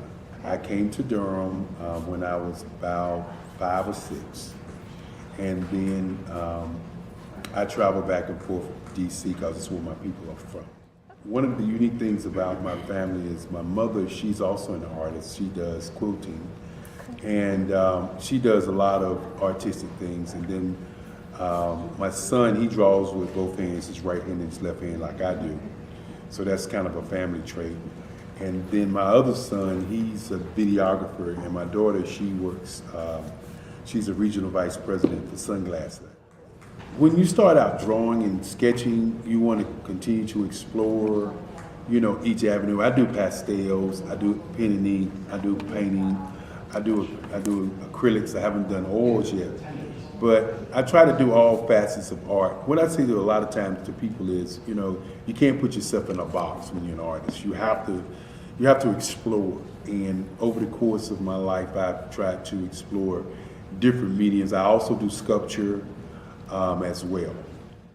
I choose my subjects by the intensity that they have in their faces, or the intensity that somebody is moving, because I do more than portrait drawings. I also do I do abstract, and then I do figurative drawing also. Well, what happened in this particular show is that I started out trying to come up with something that would be a little bit different than what everybody else is doing.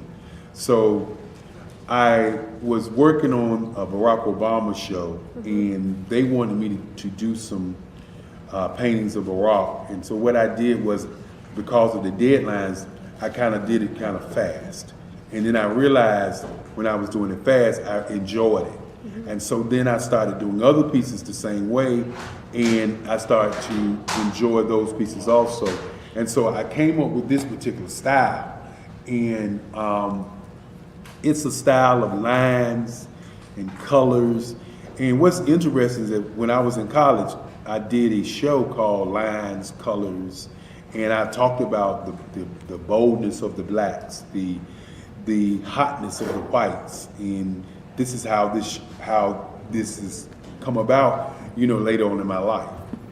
And the colors comes from a lot of the entertainers that I work with, where they wear different colors. They don't wear, your plain reds or your whites. They wear different colors, and so that's also another piece of what's giving me the colors. The subtitle of this show is Faces That Speak Life. That's real critical. Faces that speak life. Each one of these pieces is a life source and a life energy that's being put on display for people that are looking at it. I always say in terms of my art, it's not important that I draw them. It's important what you get out of what I draw. I don't try to just draw it because you like it. People wanted me to do prints. I didn't do prints. People asked me to do different people, but the people that I choose are people that make a difference in the lives of people in the world. So the human landscape idea was, again, as I say, the lines represent your emotions, it represents your ideas, and it represents your journey as a human being. And that's why you get the different pieces and the different looks.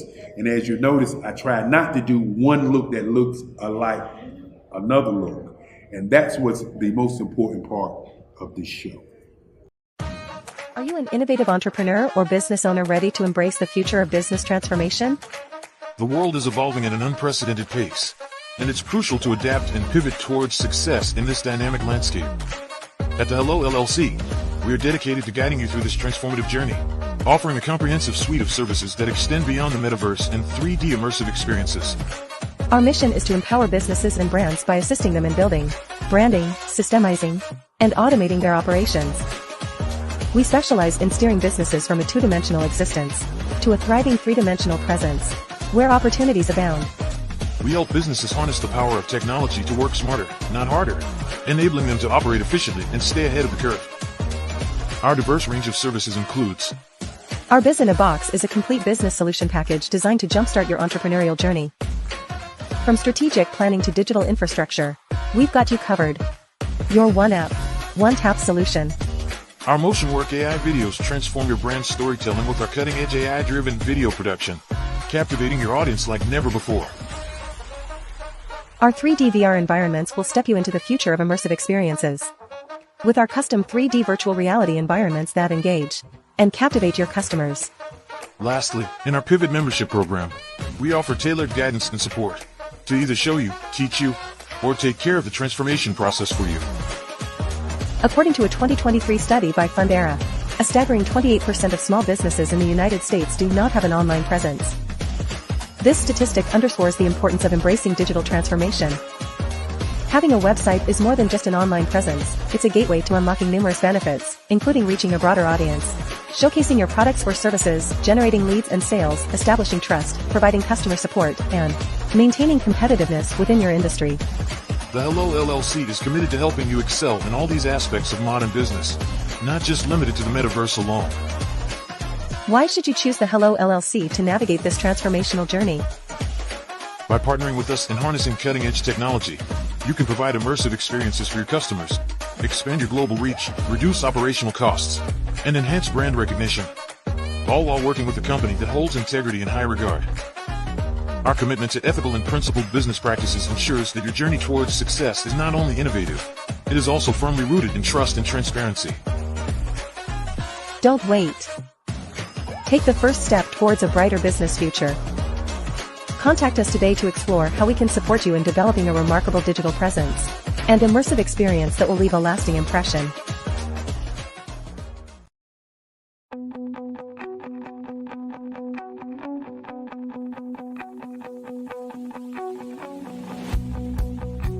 I am Black Business. From the moment I wake until the time I sleep. Yes, I am Black Business. I am Black business. Tell me, are you Black business? I am Black business. Do you support Black businesses? Listen, I support Black business because I am Black business. Black Business Expo, one of the largest business showcases in the history of Black business in the world. The world! Sign up today at www.blackbusinessexpousa.com or call 919-308-9090. I am Black business.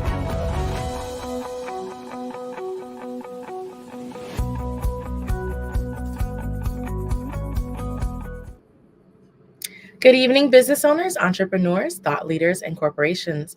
Welcome to the Black Business Network. My name is Marak Hicks, and I'm your business moderator for this evening on the Black Business Network. The Black Business Network is a 24-hour business network showcasing Black businesses, business owners, entrepreneurs, and thought leaders worldwide. We have speakers from North Carolina, London, Singapore, Japan, Africa, and cities all over the United States. The Black Business Network is a global community sharing its business knowledge to empower, inspire, and educate businesses about business. Our next speakers, I'm very excited to welcome back Dr. Alexis Weeks and Dr. Frederick L. Hicks. As a reminder, Alexis Weeks is a senior business leader with over 20 years of information technology and assurance experience.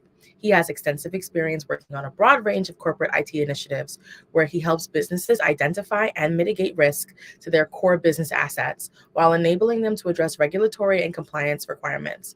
He has participated in designing, managing, planning, and implementing information security and data protection solutions in direct support of business objectives with healthcare, finance, banking, and local federal government sectors. He is a certified information security manager, a certified information security systems auditor, and a certified risk and information systems control from the ISACA International. We're also welcoming back Dr. Frederick Hicks. And Dr. Frederick Hicks, no relation, is an accomplished cybersecurity professional bringing a wealth of experience and expertise to the forefront of technology and security. Holding an executive doctorate in business administration with the specialization in information security from St. Thomas University, Dr. Hicks has demonstrated a commitment to advancing knowledge and capabilities in the field of cybersecurity, privacy AI, data privacy, risk management, and compliance. He co-founded the CyberMinds Research Institute, a 501c3 organization with nonprofits to mitigate cybersecurity, compliance, and privacy risks. I'm excited to welcome back Dr. Frederick Hicks and Dr. Alexis Weeks. Hi, gentlemen. Hey, how are you? Good, good. Welcome back, welcome back. I will leave you to it. Genius is coming, and I'll see you both on the other side. Thank you.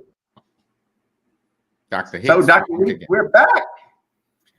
Yeah, so, for session number 2, I think I wanted to kind of dive into some of the challenges that small businesses face, right, from a cybersecurity risk perspective, what resources might exist for them to be able to address the risk, and how, other organizations may be able to provide resources to help them.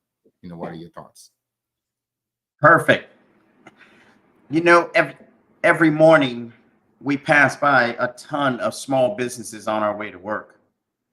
We might work for large organizations, but every coffee shop, every dry cleaner, every gas station, all of these are small businesses, right? Some of them are part of a franchise. Some of these individual standalone brick and mortar locations could be small schools. They could be nurses, nursing homes, or every home business could be represented as a small business. Most small businesses don't wear the hat that we wear, Dr. Weeks. The bottom line is they don't think about cyber. They don't worry about getting hacked like we do. Yep. Most of them worry about, okay, I got to open at 8. I got 4 clients lined up. Mm-hmm. They'll be done by 12. I'll take my lunch. I got 4 more in the afternoon. 5 o'clock. I shut the doors, add up the money for the day, and I'm out. Yep. When we worry for the big. We don't worry when we put on our cyber hats for the small and medium-sized organizations. Yep. So I think the first thing we need to do is ensure that we provide them with just enough understanding about what could happen today moments. Put it out there. The more our organization provides that critical information up front about the threats, the more they begin to see, you know what, maybe I can invest this much. Yep. Because right now, many of them aren't investing at all in cyber protection, information security, none of the CIA components to ensure that the information they have is confidential, has and holds integrity, and is available for them tomorrow morning when they wake up to try to open the front door for business. So providing that information and having it available for them to raise that consciousness. Let's say that we're successful. We raise their consciousness to the point where they call us and say, hey, I need help. We then need to point them in the right direction for the right resources to fit their business. So we start with the basics, right? We start by saying, how do you protect your data? And we take an examination of that. And then we work outward from there. Understanding first who that business is, what they're trying to achieve. I don't know, some people might want to sell art. Others are selling candles. To understand what their goals and objectives are. Do you have client information? Is it private medical protected data? Does it fall under HIPAA? Is it your pet's information? What about those parents, the addresses where those pets are homed by those parents? Understanding that business from the inside out, right? Then taking an examination of what do they have in place versus what they don't. Let's face it, many of our clients walk in with a local internet connection box, modem, router. Some of them include some type of firewall, and they think, oh, that's it. I'm good. Meanwhile, you walk up to the front counter. I was just at my dry cleaners. The computer's up front. There's a fan cooling the back of the computer, and the back of the computer is exposed. Obviously, you and I know techniques to plug something in. Yes. To grab some information, right? When I mentioned it to the owner, she politely pointed me to her husband, who politely pointed me to their oldest son. Yes. That's the IT guy. Related. Yeah. And none of them understanding the harm of having the back of the computer exposed, right? Yep. So knowing that piece, where they are, critical. No, that's definitely. I think when you look at small businesses today, I think the challenges that you face, like you said, because we may work for large enterprises that have billions of dollars, who may be able to sustain attack. I remember a couple of years ago, Bill Gates used to say, if you're not online, you're going to be out of business within a certain number of time. The challenge is that many of the small businesses today is not able to sustain attack. I remember a couple of years ago when I used to do consulting work, we had this option where an enterprise, what I said, give away $300,000, right? And we know that happened like that.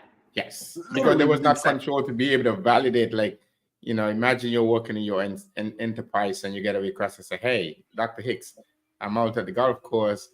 I forget to pay this one vendor. Here is the information. And you just say, hey, you validated that you think it is me. You go in and you make that transaction only to discover that it was the wrong information or somebody fished you, right? What's the implication of that? We're scared of social engineering because we know about it. But the average senior, the average person working at an ice cream parlor, the average person working at UPS, they don't know anything about what's social engineering. They get that phone call and they think, uh-oh, it's the boss on the other line. Yes. Yes, ma'am. Absolutely, ma'am. Hold on. Oh, absolutely. I will make sure we make that payment. Yes. Oh, you need me to go out and get 4 cards? Amazon gift cards. Okay, not a problem. I'm on it. Out the door, running, driving all the way down the street. Yep. Purchase those cards with their own money. Yep. only to find out when they speak to the boss, I didn't make that I call. didn't call you. Exactly. But, you know, it's the same basic concept of that trust and verify, right? I remember when you were doing your doctoral research, you had this concept where you talk about, if you have my money, I trust you. So when you look at the challenges that small businesses face today, just from the leadership perspective, there is that sense of urgency that is created. So that secretary or administrator get that call from the boss, position of authority. And with the technology today, you can easily implicate or mimic the person itself. And that fear, right? Oh, that's the boss calling. Act urgent. I want to impress. Those couple into the mindset, but that's what our cyber attackers understand, that we are human. That human component is a part of every small business and every large business. Yep. So going back to your intro question, when we go in as experts and help these organizations, these smaller businesses, if you will, what's their end game? Their end game is the same as a large business, to stay open for business. Yep. Because we know that is the same end game. That's our starting conversation with many of these owners who their business is their livelihood. Yep. And they're coming under attack more and more. I know you've been reading the news, and we're 100% aware of all of these small, medium-sized organizations that never show up on the news. But if you look at your local news and you hear about a person who went and emptied their personal bank account of $16,000 in savings, that's alarming.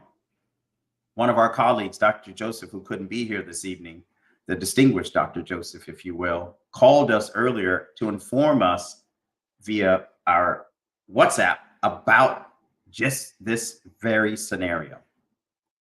If the individual is so vulnerable, so susceptible to this type of attack, we know organizations are, because organizations are not made up of brick and mortar and technology. Organizations are made up of users, and those users are humans who utilize the technology. Yep. And sometimes they stray away from the shields and go rogue. I like to say go on their own, like taking the law into their own hands, and in this case, taking chances for the organizations, which sometimes costs them their job and their livelihood. Look at our friend with the loss of $16,000. The bank is not going to cover that. Oh, and it's cash, right? If you look at that example that he saw on the news, the challenge around that was the whole implication that you get a call in your line of business, you click on the wrong link, just trying to provide support for your customers, only to realize that somebody who's claiming they're from Microsoft, right? That is why what we do is so important. The education that you provide to some of these organizations that enable you to think twice. Ask what yourself, about our friends? Why would you think of that? What about our friends who are in our industry who get bought out? Looking at what happened with the case in Vegas. Yes. How does a casino get hit? I mean, okay, we know they're attractive because there's a ton of money over there. Mm-hmm. So if I were an attacker, they'd be on my list. But you would think, because they know that people are coming for the money, every possible shield on the planet is in place. So what happened? Walk me through it, Dr. Weeks. I'm lost.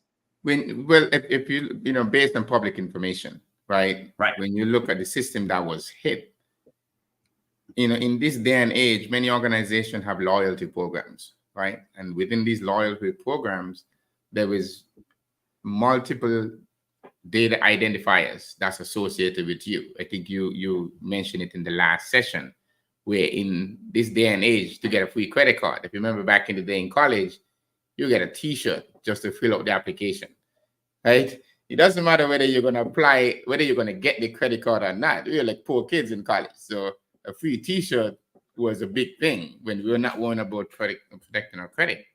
So when you have institutions like those that they're going to be hit, the question is, what type of information should we limit access to? Even if some of the information is collected, if you were to call who need to have access to that. And then it looks at how the system is designed, again, architected. So you start looking at specification around the segmentation of the network. If you're able to compromise one network, or you're in a position to now jump to another location where sensitive information may be located, right? So if you have a flat network like most small business may have, the implication, people are not thinking, well, an application server should be on a different subnet than a web server. They won't even know what that is, doctor. Right? So we need to be able to think of it at their level, because that implication for a small business, you know, losing that $16,000 could have been a payroll for an organization. So to think that you can be compromised as easy as that, like, you know, Dr. Honey always says, they ain't gonna get me because I ain't answering no call to go give you no $16,000. But not everyone may not be as acute to those kind of risk, and the sophistication of some of these business email compromise, it's like amazing, because you see and mind you, their business acumen for what they perform is sky high. Yes, very sir. passionate about trading those muffins, ensuring the coffee is perfect. But that small oversight can cost them dearly. I love what you just said, where you mentioned we have to put ourselves in their shoes and think at that level, and then bring them up to the level that they need to be to protect their organization. That is so powerful and so important. And if everyone listening simply takes that one tip, as professionals going in to help small organizations, we start to win one small corner store, home entity at a time.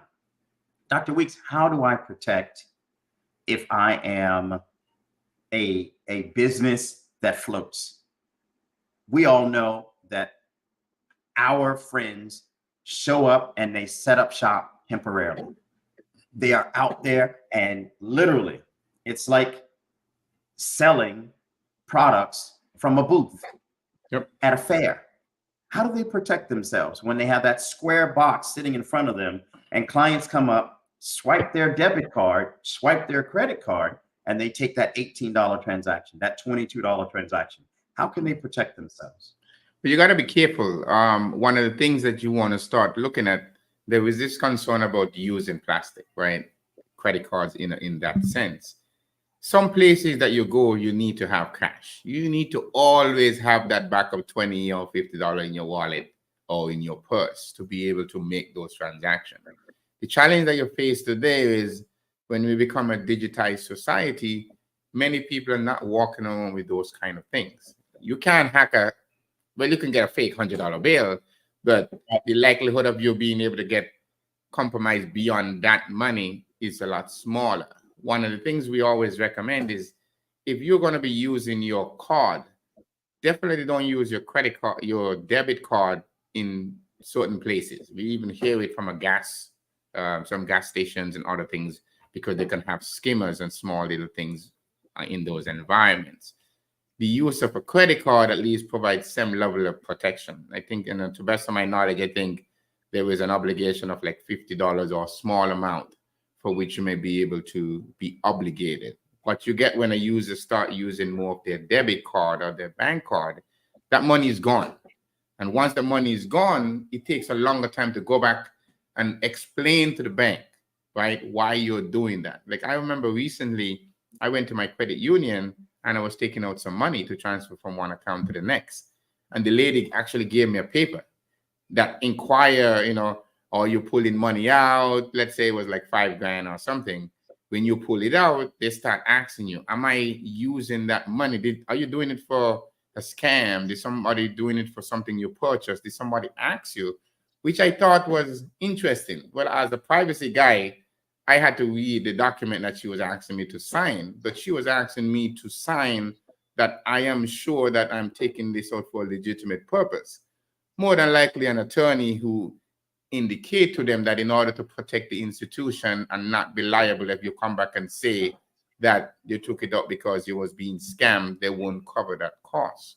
So I wonder if the lady with the 16,000 got one of those papers.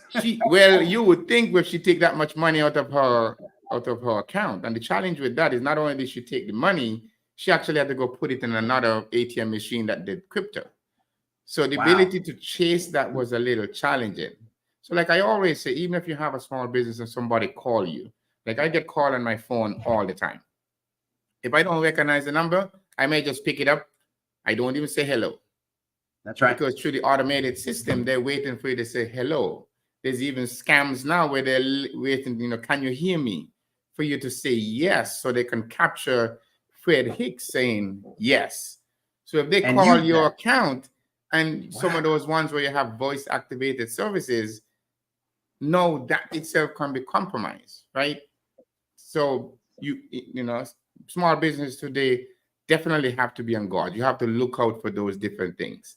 The same thing, start basic. What are some of the basic things that you'd recommend that small businesses need to have to address cybersecurity today? So if I'm the small business, and now I love the fact that you handled that angle of the customer walking up to the small business, but now I'm going to put on the hat of I'm the one with the Square device. I'm trying to get your money from you in a legitimate manner, but you might be walking up trying to take my Square information, right? So one of the things that I always recommend, if you are the one holding on to one of the Square devices, if you're utilizing your phone for the Square, you provide a case. You never face the phone to, in fact, the person for whom you are conducting that transaction. If you have one of those devices, there's a barcode on the back. Put something over it, cover it.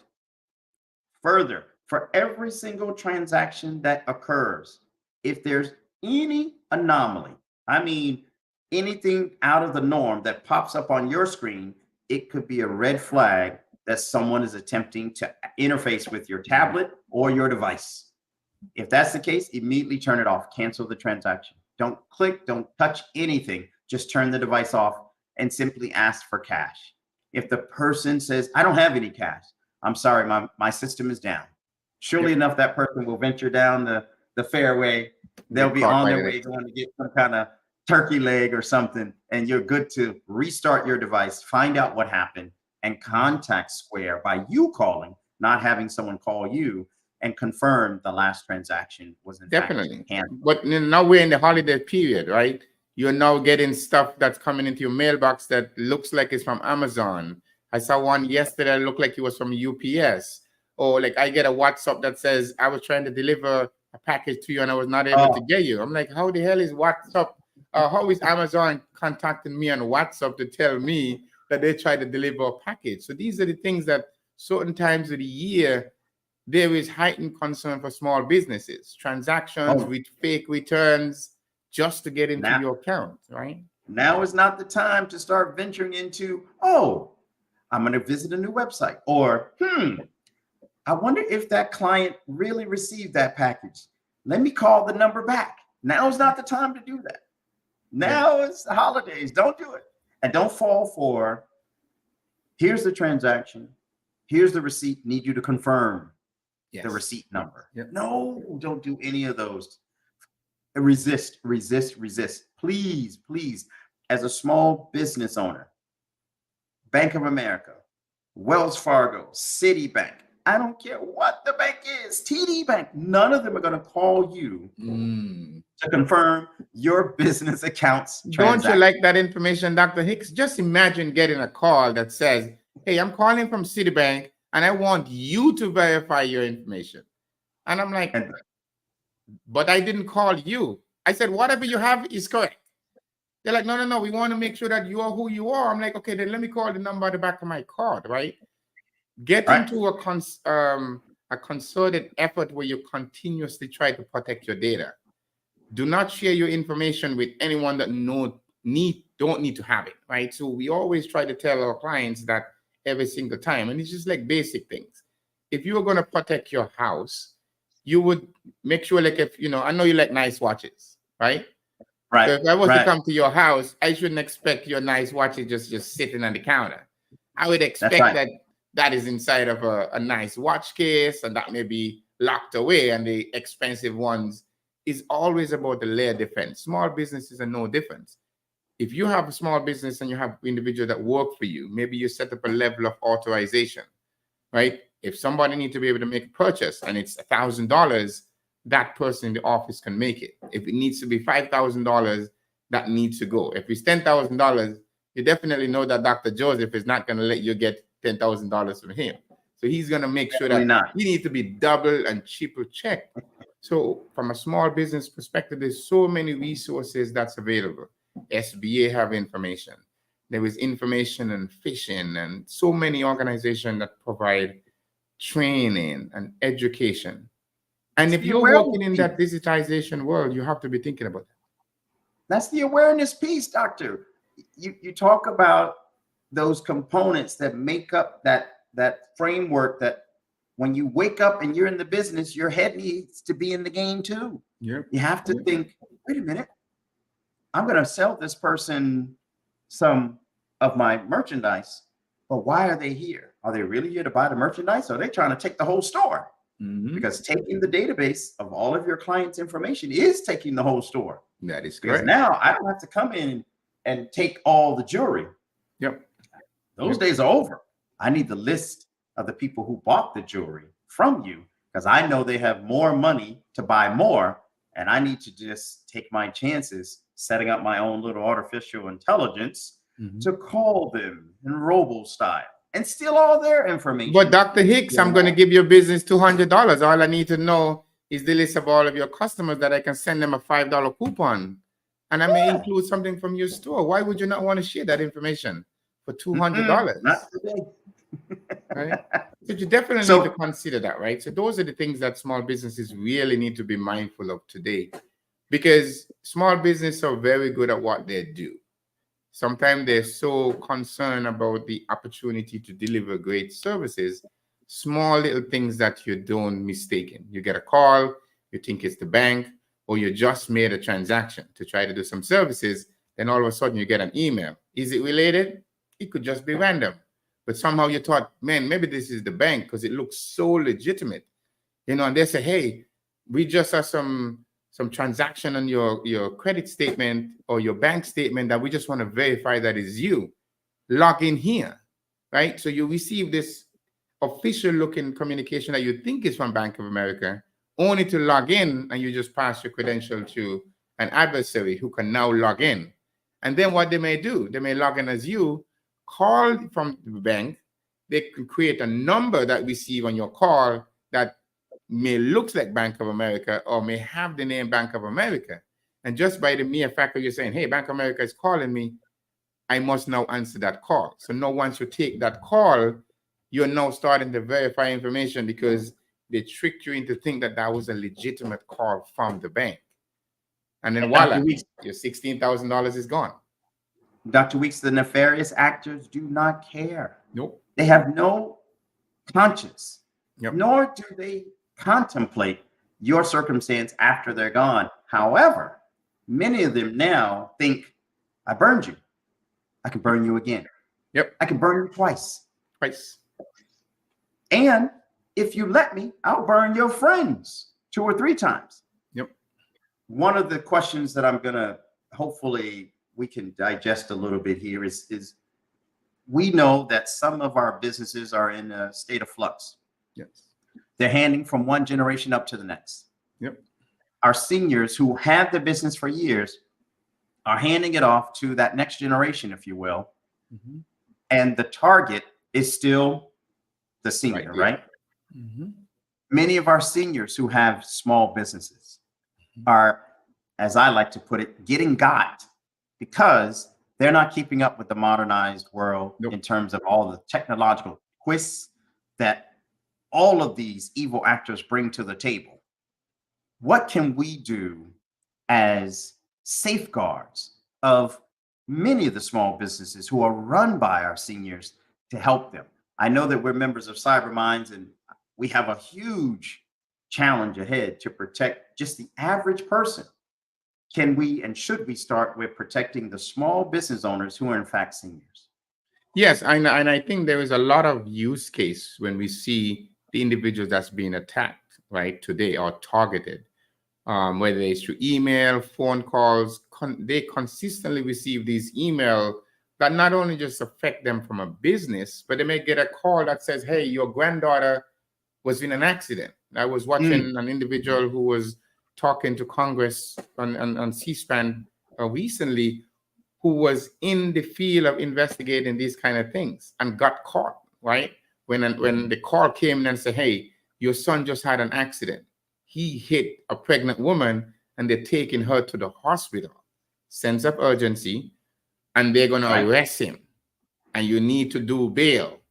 It's $9,000. It's like $90,000, but you can do 10%. I think they needed him to do like $9,000. But they know he was an attorney, and they say, well, the person who would have been able to do the bail bonds now is had an emergency. But there was this specific way that you can do it, that you can authorize it as an attorney. Call this Mr. Bernstein back, right?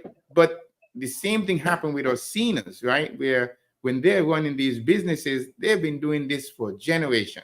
And all they want to do is to be able to serve that next customer and have something to be able to pass on residual income and a business for their family. But calls like that may come in if they're not aware. They say, hey, why would I get that call? And then instead of taking the call and reacting based on that call, pick up the phone and call your granddaughter. Pick up the phone and call your son or your daughter or whatever the case is, and think about it. You know, you always hear them say, if you want to be an impulse buyer, just think about it for 24 hours. And if you come back to it, you may make a decision tomorrow, hey, I really don't need it, right? So get out of that idea of trying to take action quickly, especially from unknown callers, emails you don't know, or anything call and asking for help. I think by default, we have a sense of being nurturing and trying to help and want to be able to do that. And sometimes we get taken, right? Because the adversary are expecting us to take that action, right? Because we're so sympathetic. If it was my daughter that was in an accident, I will do whatever it takes to try to address that concern. And if you get a letter from somebody who you purposely think you're doing business with, you're going to make that transaction. So let's say we had a client that you're providing work for, that you know an invoice runs every 90 days. It is an easy transaction to just say, hey, I'm going to go in and make that payment. But what if your environment is compromised and that routing and checking account number that you thought was for that adversary has been modified? How do you know that that was in fact done? You don't know that, right? So you got to be mindful of that from that perspective. Many of these seniors I worry about are not only susceptible, like you point out, they're not aware as we are. I think the safeguards are some of the triggers that you mentioned. If it's a relative involved, call that relative. Yes. If it's a new website, probably not really new. Oh, yes. New email, nope, not really. And if they are accustomed to working with certain individuals in their business, in their industry, continue to work with them via phone, call them and confirm. Don't click just thinking it's the same. Always call, especially for our seniors out there who are running these small businesses. Have a trusted friend, right? You could also have a trusted friend or somebody who, when these things occur, you can reach out and say, hey, Johnny, I got this call, such and such, and it didn't seem too okay for me. Check it out, right? I've had some seniors, like I do that for my aunts now. They get these same calls and they call me. They're like, Alexis, I got this call about something, and it didn't seem right. It was something about renewing my subscription. What do I do then, right? And I had to be mindful of that. So I had to be very careful. Yeah, my mom is also susceptible to some of this as well. But because she knows most people don't tell the truth over the phone, she never falls for it. Dr. Weeks, we started with the protections, the shields, and the implications as it relates to what can happen if a successful attack occurs on a small business. And we know loss of reputation is huge in some industries. Let me give you a quick example. If we find out tomorrow that the new iPhone made out of titanium is overheating, are you going to give your iPhone back? No. You just go and make sure that it doesn't overheat, or make sure that someone has a fix for it. That is correct. If you're a small ice cream shop down the corner in business for years, yes, and all of a sudden your loyal 80 customers have all of their data stolen, do you think those 80 customers are going to come back and buy ice cream? Nope. That's not going to happen. Nope. And that's why you need to be mindful, the whole idea of protecting, even though you're a small business, because the implication to the business is so drastic, right? If you're not mindful of those minute differences, those 80 customers that's been supporting you as an entity for a long time may just decide to leave. Because now they say, hey, now all of a sudden they've discovered that the compromise occurred with your ice cream shop. And they were like, wait a minute, I've been shopping with Dr. Hicks ice cream shop for so long, but he don't even have the ability to protect my data. So why am I going to continue to do business there? And that's the concern when you start looking at small businesses, where an attack, while it may be very small, it could drastically impact their reputation, right? So those organizations spend many years trying to make sure that they're maintaining that reputation, which is why they come back to you. So we're on the Black Business Network, and we're sending that message loud and clear. Mm-hmm. Your reputation is mission critical. But guess what? The cyber actors who attack, they do not care if you're a Black business, a primarily white or other business. They simply care about the green. Yep. That is the color that brings us all into business and can take you out of business if you're not careful. Yeah. The challenges of artificial intelligence. This is one of my passionate topics, right? How can we protect the small businesses against an attack launched by an AI bot, several servers that are constant on phone, email, and trying to infiltrate the network simultaneously as a small business? What do we do? Well, and that's an interesting question. One of the things that you're seeing today is AI attacking AI, because you could also deploy AI for small business solutions to be able to address those challenges, right? So the challenges that you're faced with AI, whether it's small, medium, or large, is the ability to send multiple attacks at you instantly. Imagine if you're a small business and you're running like a D-Link or a Netgear router that is like 2-3 generations back. They may be able to identify that as part of the discovery of your network and find all the vulnerability within that device, right? And then just flood it with attacks and easily be able to do it. So one of the primary things that I always tell individuals, even my relatives, if you are not at your computer, there is no reason why it needs to be online. If I just get up from this desk to go to the bathroom, the first thing I do is disconnect my Ethernet cable. Just between that time, when I leave to go to bed, there is absolutely no reason for this device to be online at 2 o'clock in the morning if I'm in the bed sleeping. So small little things like that you need to be able to look for stuff, like making sure updates are there, right? If you have a device and you're running Windows 7 today, when we're ready at Windows 11, like Microsoft is going to release a patch Tuesday at least once a month. And if it's critical or a 0 day, they may do it the same day. Make sure you have updates running. Be mindful of those things, Spend that initial money making an effort to do basic things. Most major incidents happen because of basic things that we are not doing, right? You mentioned Windows 7. I almost died laughing. If you're running Windows 7 and you're running an ice cream shop, and that is your point of sale device, they should the take your heavens money. have blessed you long enough. But it is true, right? It is true. And even that, when you look at some organization that's out there, does have the ability to provide services to non-profit organizations. I know Microsoft has like 365 packages for non-profit organization. You may be able to get like 20 or 25 license or 100 license to do basic stuff. email, office products, and basic things like that. But you have to be able to take those appropriate steps. Well, Hi, gentlemen. I'm gonna squeeze in the last word. Okay. You just mentioned something that's passionate to us, and we know that these are the holidays. Our not-for-profits who donate food, who donate meals and gifts, you are also vulnerable to these type of cyber incidents. Please, 2 tips: stay current, listen to the others around you to help protect you, especially from that younger generation who just might be aware of some of the technological challenges you might face. Definitely, definitely. Thank you so much, you guys, for Awesome. joining us again and sharing all of your insights into cybersecurity. Where can people find you both? You can find us, like we said before, you can find us on LinkedIn at CyberMinds.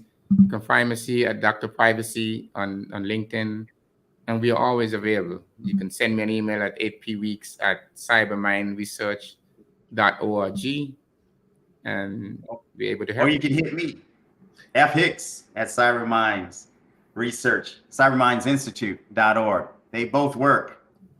Perfect. Awesome. Thank you so much, guys, for joining us. And with that said, genius is common, and I'll see you both on the other side. Thank you. Thank you for having us. Of course. The Black Business Expo's mission is to raise funds for high school seniors going to college or K-12 entrepreneurs. The Expo is a fundraiser for students. You may go to www.blackbusinessexpousa.com to donate to the scholarship fund, or use the Cash App showing up on the bottom of the screen, $BBXUSA, to donate. Our goal is to give laptops and up to $5,000 to 10 students. Students who are interested can register at www.blackbusinessexpousa.com. Again, that is www.blackbusinessexpousa.com. Every dollar counts, so we want to remind you to donate to the scholarship fund. We want to thank our Black Business Expo USA sponsors for November of 2023.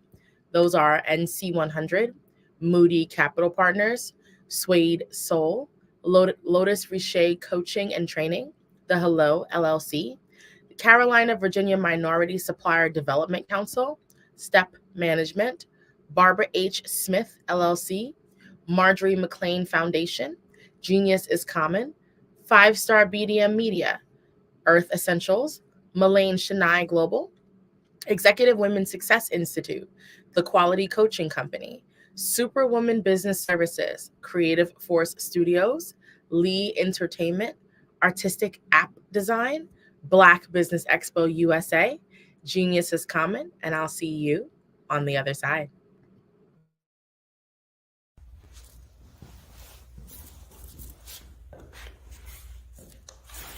How you doing?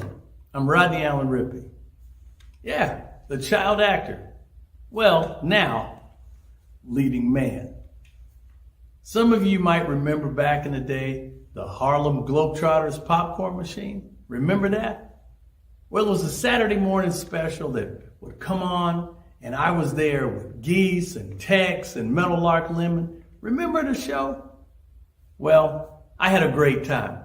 And I have to say a huge thank you to all my fans out there. Thank you for all the years of support. I went on from the entertainment industry. I started getting into producing and directing. And now, hey, here I am. I'm a studio executive here in Burbank, California at 2526 Studios. I have to say, it's been pretty good, but the best is yet to come. Please stay encouraged. Keep reaching for your dreams and never forget that genius is common. Remember that. Genius is common.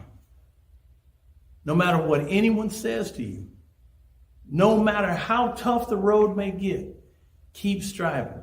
Keep reaching for your dreams. And always know that you are worth it. Everything that you put into yourself, everything good that you pour into your life, you are worth it. And when the times get tough, when things don't go exactly right, it's okay. Dust your shoulders off. stand up strong, and remember, genius is common. Producers, directors, I met designers, and then everybody says, oh, this is my 6th year, and oh, this is my 4th year. Shout out to New York. We're in New York in like 7 hours. Oh my gosh, yes, we have a 6:58 flight, so. We gotta go home. We gotta go. We gotta go. Let me tell you something. Every single person that's come through the store has spoke so highly of you, and what a great event this is. Yes. I'm representing DJ Darryl, who is a platinum producer. He did the hit track for Tupac Shakur, Keep Your Head Up, Snoop Dogg, Keisha Cole.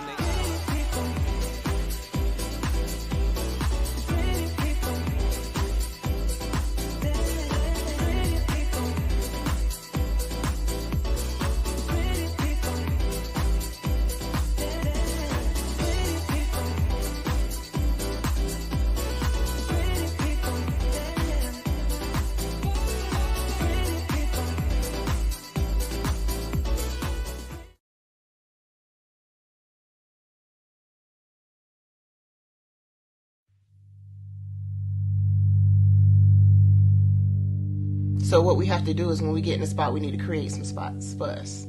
That's the main thing. We need to be able to be in a position where we're able to create those spots for us.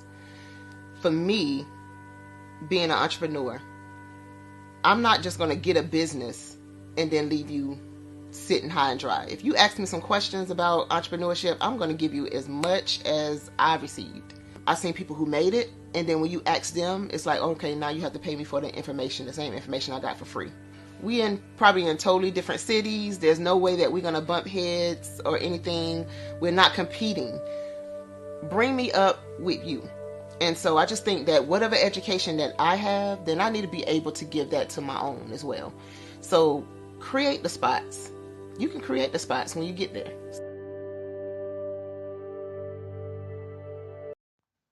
Genius is common.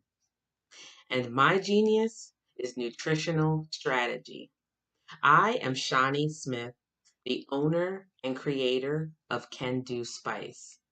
Can Do Spice was created because I knew that adding herbal and mineral supplements to my diet did not have to be boring.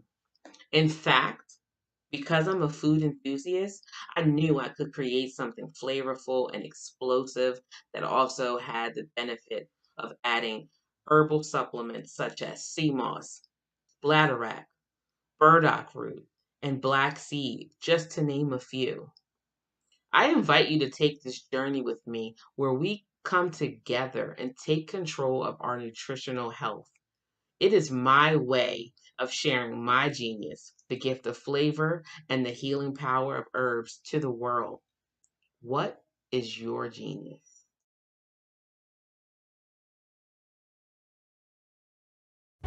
Cash flow 5, 10, 10, 75. I use the cash flow app to keep track of my charities.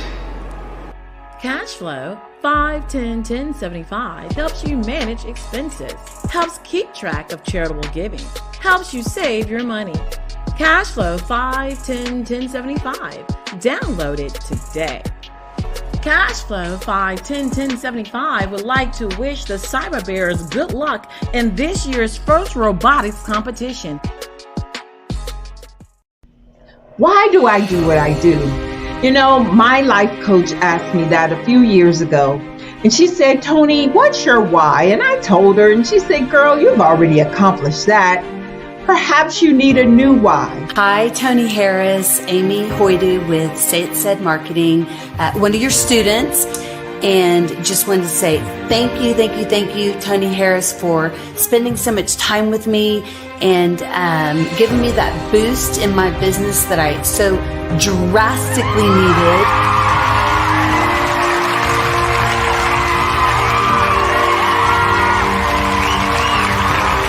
My why is to touch, move, and inspire my clients to take drastic steps to be better than they were before they met me. I'm a resource. I'm a connector. I want to help people build deeper relationships that are beneficial to their life and business. That's what I do best. So, first thing you got to do is show up. And speaking is a way to magnetically attract your ideal client to you. How many of you use social media that way? Absolutely. And this is how you look to the world. Drastic steps are the steps that are needed to be successful. And my business is drastic denotes a mindset. Getting out of your comfort zone. Doing something that you don't necessarily feel comfortable doing, want to do, but you know it's a necessary step to be successful in your business. I get the most satisfaction when I see my connections flourishing into relationships long after I am gone. Hi, my name is Jasmine Augustine with Media Jasmine, and I've joined several networking and referral groups in the area. And Network in Action Northeast Houston with Tony Harris Taylor is one of the best organizations that I've joined. I love that piece of what I do, and it is what fuels my fire.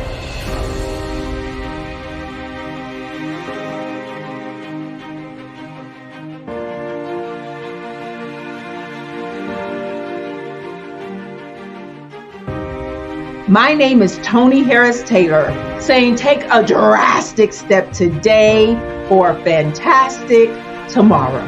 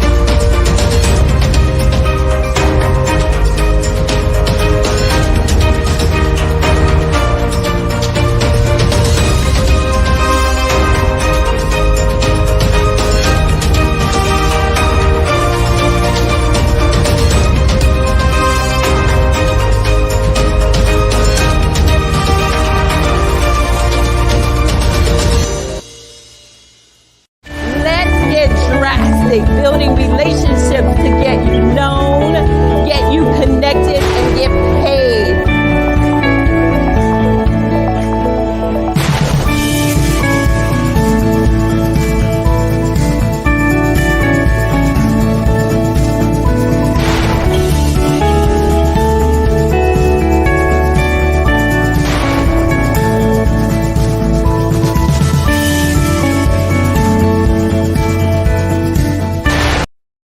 Hey everyone, it's Grant McGaw, CEO of 5-Star BDM and host of the award-winning Follow the Brand podcast and TV series, where I help you to build a 5-star brand that people will follow. My genius is personal brand development through intelligent communication and helping you achieve your business and career goals. I am a requested speaker on digital technology and brand development issues. I want to work with you to increase the value of your current opportunities while attracting new ones. Every one of you is unique, and we all share challenges that can be addressed through smart branding. As a super connector, I work with you as an executive coach to guide you along the complicated business and career development road, providing the enhancement tools and information you need to succeed. Together, I will help you succeed in today's challenging business climate. I will evaluate and measure your progress. Best of all, I am right alongside you every step of the way. build the brand called you. Genius is coming. I'm Ramon Ray, founder of Smart Hustle Magazine and smallbiztechnology.com.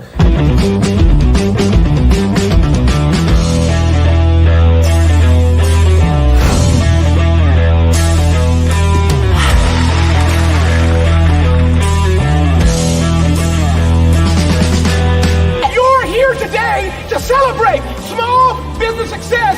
Stand up on your feet. You rocked the house. Hey, thank you. It was amazing. Didn't we learn?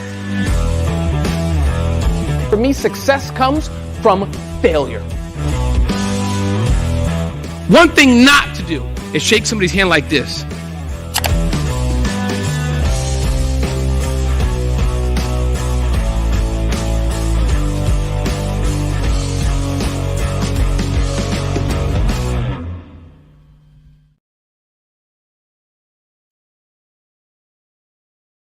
Artist to me is a creative expression of something from nothing. You know, it explodes onto the canvas, or it explodes on in my work. One of the things that I try to do more than anything is I try to just give the lines and the movements and emotions and expressions into what I do. Art really means to me a chance to express how I feel deep down inside. Most of my art begins as a thought that I might have, you know, whether it's sports, whether it's history, whether it's a woman or a man. It pretty much starts as an idea of thought before I get into the actual image of what I'm going to draw. I do a lot of historical pieces. I was a history minor in college, and I love to do history pieces.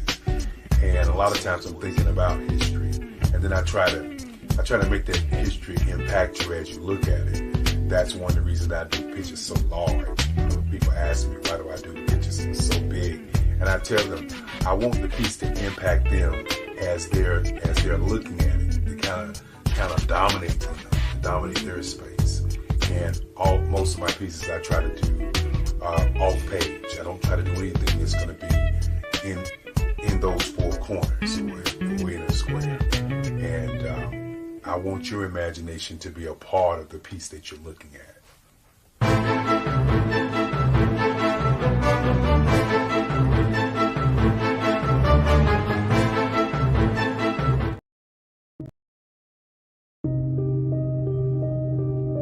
The Black Business Expo is changing my life. This year, they are giving away laptops and even $5,000 in cash to students just like me. I'm Alexis, and I want to go to college to fulfill my dream of becoming an entrepreneur. Help the Black Business Expo going to www.blackbusinessexpousa.com and also becoming a vendor, a sponsor, or donating. Sometimes you got to hear the news from the Black perspective, and more specifically, Black publishers. And that's exactly why you have to download the HeyTie app, the largest mobile app delivering breaking news, videos, and podcasts from 200 of your favorite Black publishers. Yes, 200 Black publishers delivering news as it happens, literally all in one app. Go to HAYTI.com or download the app in the Google Play Store or Apple App Store. It's completely free, along with information that you can trust, so go check them out. Did you know that our Black dollar only lasts for 6 hours in our community? Yet other communities, their dollars last for 19 to 30 days. The Black Wall Street Nation. Black Wall Street Nation. Yes, that's why we created the Black Wall Street Nation. Black Wall Street Nation is a centralized directory available to all Black businesses across the world. It was created for businesses like you, the ones that want to start and the ones who have a dream that have already started, such as businesses like Drop in a Bucket Productions, Valito Foods, Sugar's Tea Branding Firm, All the Dazzle, Bun Cakeaholic, Miss Riot, and you. We'll have marketing, seminars, and some funding coming soon just for you. So, we want you to come and join us. www.blackwallstreetnation.com. See you there.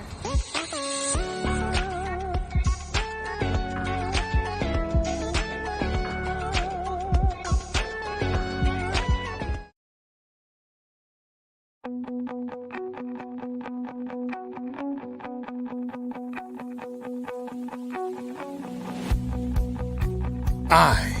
am Black business.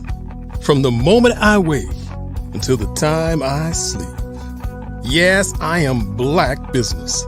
I am Black business. Tell me, are you Black business? I am Black business. Do you support Black businesses? Listen, I support Black business because I am Black business. Black Business Expo, one of the largest business showcases in the history of Black business in the world. The world! Sign up today at www.blackbusinessexpousa.com or call 919-308-9090.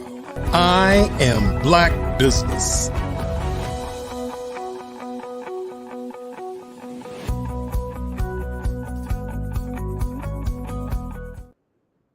Good evening, business owners, entrepreneurs, thought leaders, and corporations. Welcome to the Black Business Network. My name is Marag Hicks, and I am your business moderator for this evening on the Black Business Network. The Black Business Network is a 24-hour business network showcasing Black businesses, business owners, entrepreneurs, and thought leaders worldwide. We have speakers from North Carolina, London, Singapore, Africa, Japan, and cities all over the United States. The Black Business Network is a global community sharing its business knowledge to empower, inspire, and educate businesses about business. Our next speaker is Lori Mitchell. Lori Presley Mitchell has been in technology since 1996, working at that time as a systems administrator and a respiratory therapist. As she continued to work in her dual roles, she decided to obtain a degree in technology. Lori graduated from Pennsylvania State University in 2002 with a bachelor's degree in information systems. Lori since has concentrated her tech career in healthcare and understands the power of technology in organizations. She has worked as a consultant for 3 years before opting to become a part of the Cedars-Sinai Medical Center as a senior application specialist. Lori Presley Mitchell is the founder of Black Women in Technology LA.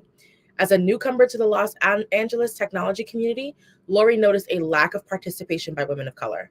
Her goal for Black Women in Technology LA is to provide a space for African American women to develop relationships, opportunities to network, professional development, and technical know-how. Black Women in Technology LA is recognized as a nonprofit organization, and Black Women in Technology LA is currently seeking a 501c3 designation as a charitable organization.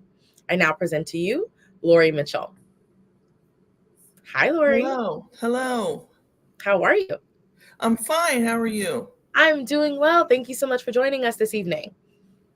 You're welcome. You're welcome. My pleasure. Of course. So I'm really excited to speak to you. I think this is going to be an interesting conversation for us to have, just because my work and the work that I directly do is I hire engineers. So I speak to technical people all day long and in the interview process. And so I would love to hear a little bit about you and your background. So I have some questions for you. I hope you don't mind. The first question that I really had for you was around the mission for Black women in technology. Well, our mission is ultimately to get more Black women into tech. And the way that we do that and the means that we do that is very important. And that's what's part of our mission. Got it. So when you think about that, you mentioned Black women in technology. Is that your target audience, or who are your primary beneficiaries within the Black women in tech community? Well, we target Black women specifically, but no one is left behind. It doesn't matter who it is. If they come and they want to be a part of the organization and state that they want to learn how to break into technology, or they want to know how to transition their career, we are all for it, because it's the more women we have in tech, the better off tech will be. Gotcha. So you talked about anybody is welcome, but welcome to what? What sort of programs does your organization run, and what do you offer? Well, right now we're a Google Grow with Google partner. Okay. And being a Grow with Google partner enables us to offer certificate and diploma programs for Google tech that they have out there. For example, you become a digital analyst, a data analyst. You become a cybersecurity expert or IT worker. So those are the things that Google offers, and we offer that to our constituency. In addition to that, we have a every other week video presentation and networking presentation that we hold for the women of Black women in technology. And if anyone else gets a hold of the invite, they're also welcome. We also improve lives and give one-on-one coaching. I give one-on-one coaching with women who are transitioning and they need a couple of pointers. They need some direction. That's what I'm there to do. We also are starting with our funding this year. We're starting up a scholarship fund for women who want to attend conferences, but otherwise wouldn't be able to because of the cost of the conference. So we want to get us more involved in everything that we can so that we can be represented in tech. Got it. So you have a really, really, beneficial mission, and you're literally working on programs to help African American women and Black women who are interested in breaking into technology. Where do you see the company going in the next 5 years? Well, in the next 5 years, that's interesting that you bring that up. I would love to go into workforce development. Go into workforce development. Excuse me. It's okay. With women and Black women in particular, and apprenticeship programs. Apprenticeship programs, you work at the company and then you get the job at the company.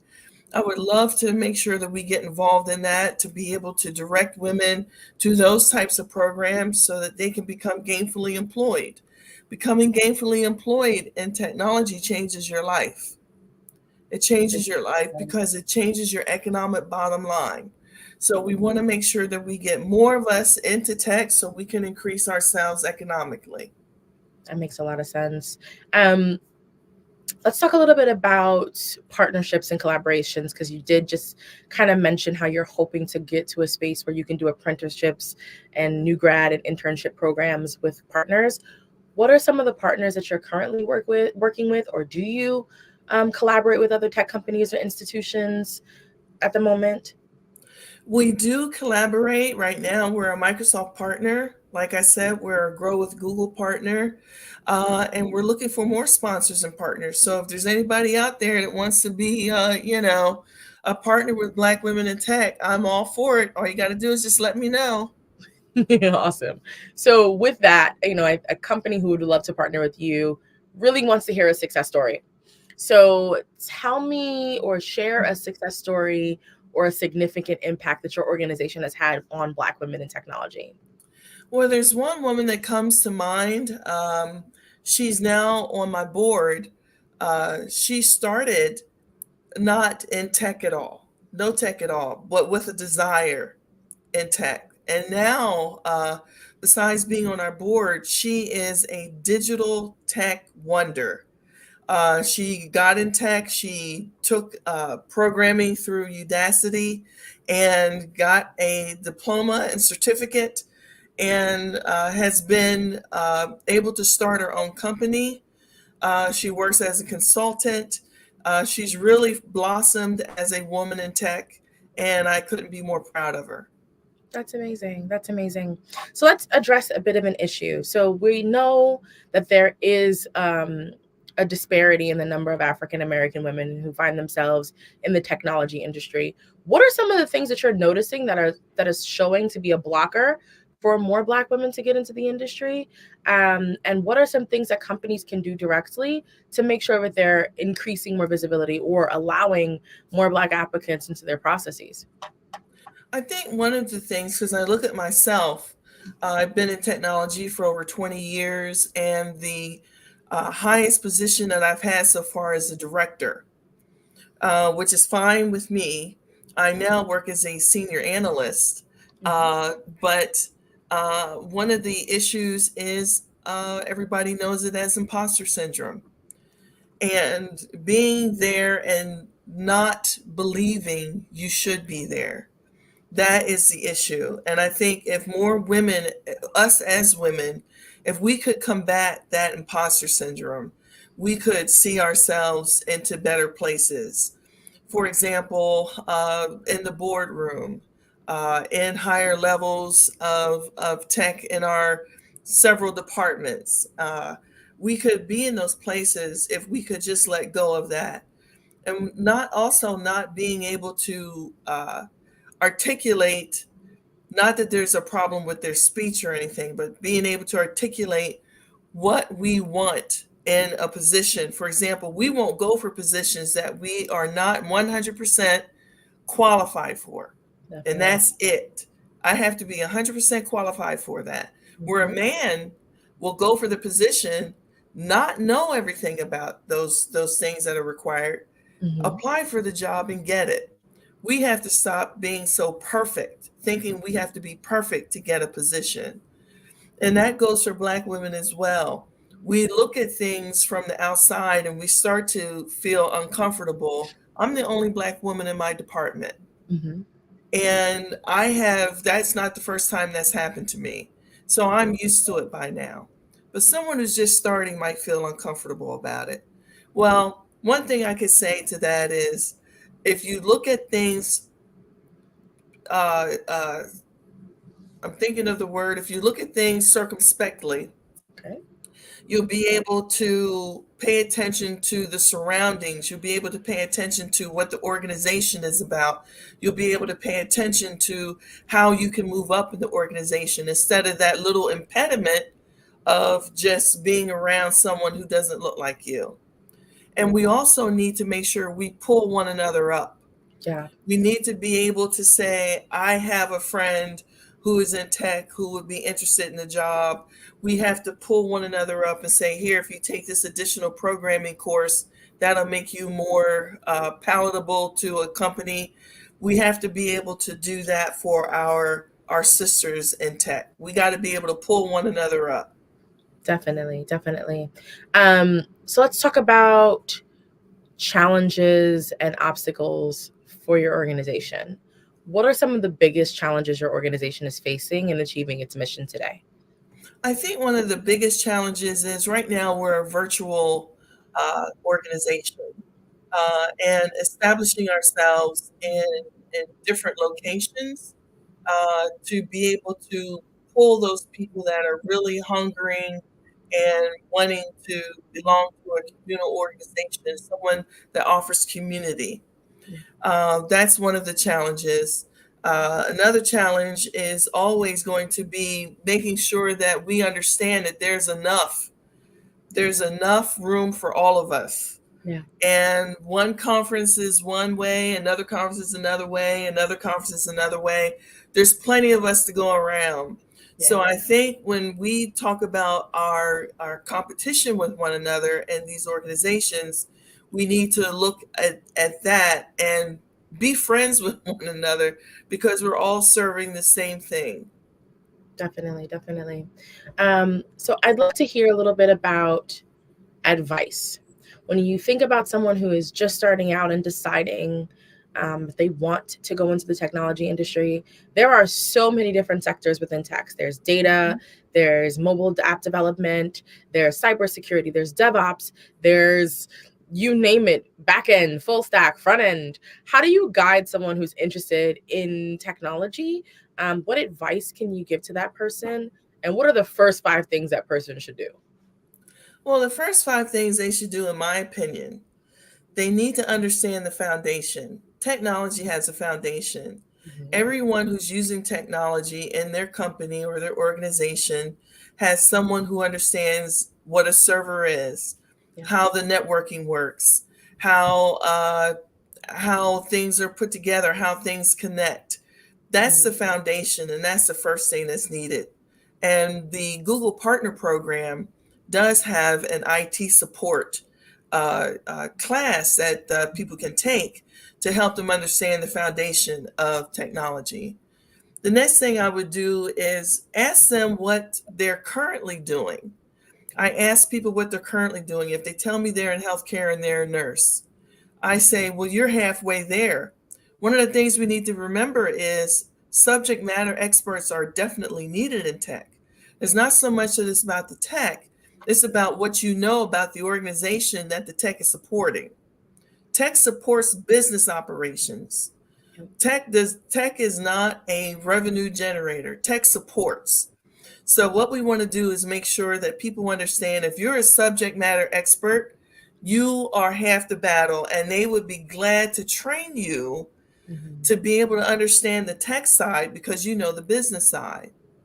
Another thing that I would do is ask them if they have a particular interest in doing something like programming. Programming takes special people to be able to do programming. Just to sit and mess with code all day is a very interesting thing for someone to do. And as opposed to someone who is working with applications all day. So there are different avenues that you can go into. You can go into hardware support. You can go into software support. Once you get those under your wing and you understand what you want to do, then you can go on to the next phase, which is actually applying for a job. Now, getting your foot in the door is not always the easiest thing to do. There are positions that you can get into that help you understand more about the organization if you're not familiar. For example, a help desk position or a support position. Never look at those like they are the bottom of the rung of any particular ladder, but look at that as an opportunity to learn. You must learn the organization. You must learn the business, or the tech that you're doing will make no sense whatsoever. That makes a ton of sense. Okay, so let's talk about events for your organization. Do you organize any events, workshops, networking opportunities for Black women in the industry? Well, we do. We are having an event in January in North Carolina, near Raleigh, and it's going to be provided by someone who builds resumes for people. It's going to show people and help them understand how to put their resume together, which is an important task if you're looking for a job, especially a job in tech. So we're having that event in January. We're also going to be working with a group, two other nonprofits for an event called Love AI Con. Okay. And it's an event that is going to showcase AI and how young people and older people are affected by AI, and so that they can learn different tricks and tips so that they can understand how AI works and what it'll do in their lives and what they should expect. We also have our, like I said, our every other networking event, every other week networking event where we come on and we share our stories, we share our questions, we share our experiences to help one another as we continue to go through this this journey, which is called tech. Got it. So you mentioned sharing opportunities and sharing experiences and connecting. One of the things that I've learned just in my career, generally speaking, is having a mentorship is of the utmost importance. Are there any programs directly relating to mentoring younger up and coming engineers, maybe high school students? And if so, what do those programs usually encompass? We don't directly have a program for mentorship, but when we do get on that networking call, that's the opportunity that a lot of the young women and even the middle-aged women have been taking advantage of to be able to get their moments with me and other women that have been in tech for a long time. So I'm also available through email and answer emails to make sure that women are encouraged to follow this path. Got it. So you mentioned something earlier, and it has been named or starting to become the future of technology, and that is AI. What are your thoughts on AI? And what are your thoughts about someone trying to break into that industry at this time? Well, my thoughts are it's here and it's not going anywhere. And if we don't get on the bandwagon and understand how it works, how it will one day possibly displace us in our jobs, then we're going to be in trouble. We need to make sure that we understand the nuts and bolts of it. And anyone who wants to go into AI, there's a couple of parts that we need to consider. We need to consider the back end, how it's all created and all. So what we need to do, they need to be engineers and they need to be in data analytics and they need to be, in machine learning. They need to know how to work with big data. They need to understand how all of that works in order to create an AI. They need to be heavy in programming, very heavy in programming. So we need people to be able to work that particular end of things. And then there are the end users. The end users are the ones that are working behind the scenes, working in front of the scenes using AI. For example, when I sent you those 10 questions, I went straight to ChatGPT. And so we need to understand how we can use these tools, because they're nothing but tools, to help us support our businesses, to help us support what we do at work. It's a support mechanism and it's something that we need to understand how to use. Definitely. That makes a ton of sense. So we talked a little bit about what up and coming engineers can do to start the process of becoming a part of this career in this field.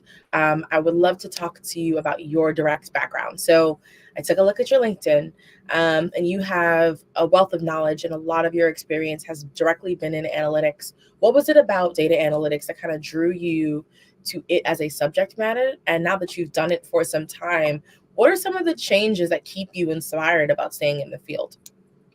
One of the things that keeps me inspired about staying in the field is the fact that there's so much good that can come from it. And you mentioned data. If you look at data, data tells a story. If you want to know what the story is for an organization, you look at their data. You pull that data and you help it to explain what's going on, from a pie chart to a tree chart, to all those things. It makes you understand what's happening with an organization, whether they're failing, whether they're winning, whether they're going to survive in the next 5 to 10 years. There's a story that's told. And that's what I think is so important. And if you want to be able to tell stories, you definitely need to go into data. Got it. And what drew you to data analytics versus any other technical realm when you got your start? What was it about that subject that made you inspired then? Well, I started back a long time ago when Windows 3.1 was still out. Mm-hmm. You probably don't know what that is, but I forgive you. And I was self-taught. I self-taught myself how to take computers apart and put them back together. Self-taught myself applications in the respiratory department where I worked, because I was a respiratory therapist at the time, subject matter expert, and continue to grow, because a lot of the data that is pulled in healthcare tells a story as well. For example, if you can look at zip codes, you can tell in zip codes what diseases or what chronic diseases are more prevalent than others. So you can do that with data. And that's what's so important about it, because there's something that can come from that. There are better outcomes that can come from that because you have that information at hand. That makes a ton of sense. I formerly worked at a diabetes company, and you very well can tell based off of where someone is living by their zip code which chronic conditions are impacting it. And it feels like today companies are leveraging that information to provide programming and putting up businesses directly relating to the niche that is happening the most in that particular area. So there are more diabetes health advocates popping up in specific zip codes. So I can see how that happens. So you've worked in data, you've worked in healthcare, and you have kind of spun up this nonprofit organization with the intention of helping other women who are African American get into the market and to get into technology. And that's a lot of work that you are doing. What are some suggestions that you have for the companies that need to hire these people? How could they change their hiring processes, or what could they do to make sure that they're incorporating more Black women into their hiring process? I think what they should do is consider. I think the thing that we have been at most disadvantage is the fact that we've never even been considered. If your resume has a certain name on it, they're not going to choose your resume just because of your name. And I know that came out some years ago that this was a development, but I guarantee you they're still doing it. So I think just to be considered is enough for us to be able to get our foot in the door. I think it's important for companies to understand to have a diverse workplace, a diverse company with diversified employees will help their bottom line. Merely because if I tell someone where I work and that company makes a product, they're probably more apt to go out and participate and buy that product. Buying that product increases the bottom line of the company. So what we want to do is be inclusive, and I don't think there's anything wrong with that. I think being inclusive is definitely a help to a company's bottom line and something that they should pursue. Got it. So you started a nonprofit. What were some of the challenges that you had to face to get your nonprofit off of the ground? Well, I was scared to death. Okay. I was scared to death to start a nonprofit. I didn't know what it meant. So one of the things that I think first and foremost someone should do is study and research what you think you need to do to be able to start a nonprofit. I was able to finally get mine started up off the ground, and it was very eye-opening. You got to make sure you dot your I's and cross your T's. You got to make sure that you stay in compliance, and you got to make sure that everything is, on the up and up, square. So that's one of the things that you need to make sure you understand. And another thing about nonprofits, as we just saw with OpenAI, who is a nonprofit, the board can dismiss the executive director or the chairman so you got to be careful who's on your board. You got to choose your board carefully. Definitely. So that's another thing that needs to be done. But researching and understanding what you're getting into is the main thing that I think should be done. Got it. So you're currently operating in the Los Angeles area. What was it about that particular area that made you decide this was where you should be establishing your nonprofit? Well, I went to Los Angeles in 2013 and have since moved back to Pennsylvania because of the pandemic. Right. So I am in Harrisburg right now, but being in Los Angeles was very freeing when it came to tech.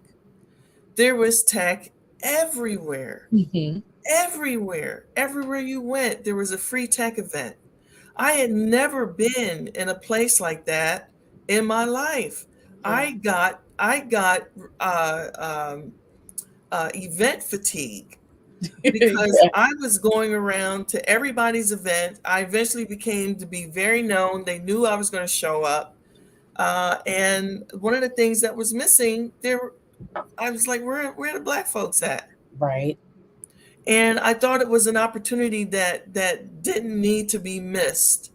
That's why I started Black Women in Technology. What I did, I would take those events that people were attending and I would put them on our page.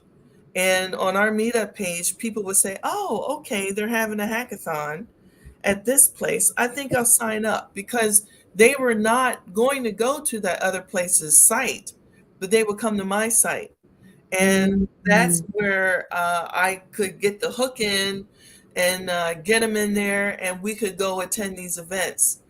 And it was nice to go with someone because you had like a sisterhood. You had you had a friend, somebody you could go with, instead of sitting there and having all these men stare back at you like, what are you doing here? Which is what happened. But I got to the point, nobody told me I can't come, so I'm going, and that's all there is to it. And I showed up. Awesome. So you're up next. You are organizing an event in North Carolina. Are you expecting to do any events in any other states in the country at this time? We are working on that. We are definitely working on that. I would be starting with where I'm at now in Harrisburg, Pennsylvania, but we are also working with Blacks in Technology to create opportunities for meeting and events as well. So between the both of us, we'll be able to pull in a lot of people so that they can seek their careers in tech and succeed. Gotcha. And then Pete, you are talking about finding partnerships with other organizations. Are there specific types of organizations that you want to partner with? And if so, what are those types of organizations? Well, I think since we support Black women are not monoliths. We are very, very vast in our beliefs, our understandings, our things that we go through, things that we're looking for. So any partnerships with organizations that look at the Black woman as a whole are, those organizations are important, because there's no reason why Black women in technology can't have a mental health event, or include mental health in a tech event. We'll show you how to code over here, and over here you can get some mental health, because that code is going to drive you crazy. Yeah. So there's no reason why an organization should shy away because we say that we're a tech organization. We're a Black woman. We're a woman organization, and we support women. Amazing. Being a Black woman in technology, have you noticed that you have a different kind of impact on the projects that you work on, or a different kind of impact with the companies that you worked with? And if so, what would you say that impact is, or what's the difference when a Black woman is owning something technical within an organization?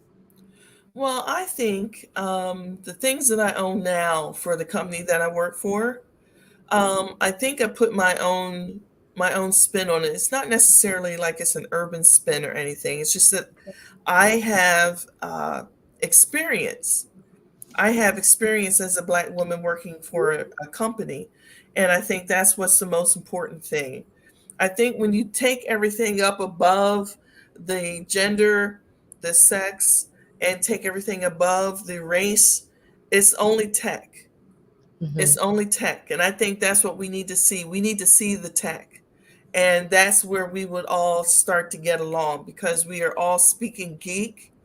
We're all speaking nerd, and we understand where we're at in the tech. So you don't see all of that other stuff when you see the tech in itself.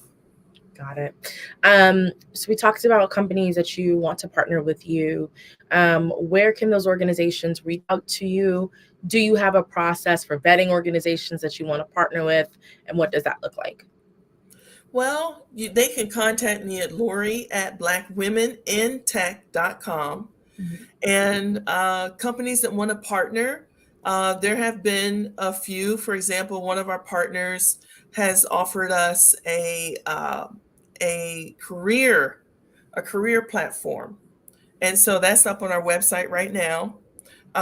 We also look at what they can offer the membership, and that information goes to the board, and we have a discussion about the benefits and how we can benefit from that relationship.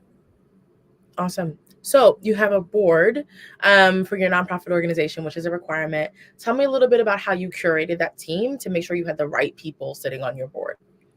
Well, it was interesting. Like I told you about the one young lady, because of the work that she has done. in tech, and because of where she came from not doing anything into doing these great things now, her own company and all, showed growth, and we need someone with a growth mind. We need to have people who understand tech from the foundation. That's where our other board members come in, and so that they can speak to how technology works and how it works throughout organizations. So that's what we look for when it comes to someone being on the board. Got it. And are you openly looking for board members at this time, or what does that look like? Well, not at this time, but we will, as we continue to grow, we will bring on more board members. Got it. I see you have a careers tab on your careers page. Are you actively posting opportunities for other companies as well? Yeah, if you go to that careers tab, it'll take you to the platform, and you can go in there and search for a position. Awesome. So people who are interested in getting into tech have the ability to go to your website, find opportunities that are currently hiring, and then also get like resume advice, it looks like. Yes. That's amazing. That's amazing. Okay. The other question that I had for you was, what if one of your members had a newer idea about programming that you could offer? What does that process look like? Or if a company wanted to partner with you and create new programming, do you have a process or a flow for how you accept those ideas? No, there's not really a process or a flow. The easiest thing for them to do is to get in touch with me. Okay. And I'm definitely open. I think this is a membership organization, and as such, members are not to be herded like cats. They have ideas and they have dreams and aspirations, and I'm all for it. Amazing. Definitely all for it. Same thing for an organization that wants to partner. They can start with me, and we take it from there. Awesome. So you touched on your future plans a little bit, but in addition to that upcoming event, do you have any additional future plans that you would like to call out at this time? I don't. Okay. I don't. Not at this time. Still working on our schedule for next year. Okay. And getting that in place. Okay. Alrighty. Well, before I let you go, I would love it if you can kind of run us through where people can get in contact with you. How can members join you? Where can people find you if they just have questions? It would be great if you can shout all that information out. Okay. Again, my name is Lori Mitchell, and I can be reached at Lori, Lori, at blackwomenintech.com. You can also go to our website, which is blackwomenintech.com. You can also reach out to us through LinkedIn. I'm on Twitter, and I'm also on Facebook. So you can also reach out to me on there. We have a decent following on those social media platforms. You can even go to Instagram to find me. But okay. I'm not a fan of Instagram. Okay, I understand. Some people like it, some people don't. It takes it's everyone's special cup of tea, I guess you can say. It depends on if they like it or not. Awesome. Yeah. Alrighty, Lori. Well, thank you so much for joining us this evening. Really appreciate the time talking to you and learning a little bit more about your nonprofit organization, and really seeing the work that you're doing to help Black women become inspired to kind of take new opportunities and to step into the tech field, and really nurturing and cultivating those relationships with women so that way they can see the impact of technology. I think the work that you're doing is incredible. Well, thank you. Thank you. I appreciate it. Of course, of course. And with that, genius is common, and I'll see you on the other side. Thank you. Of course.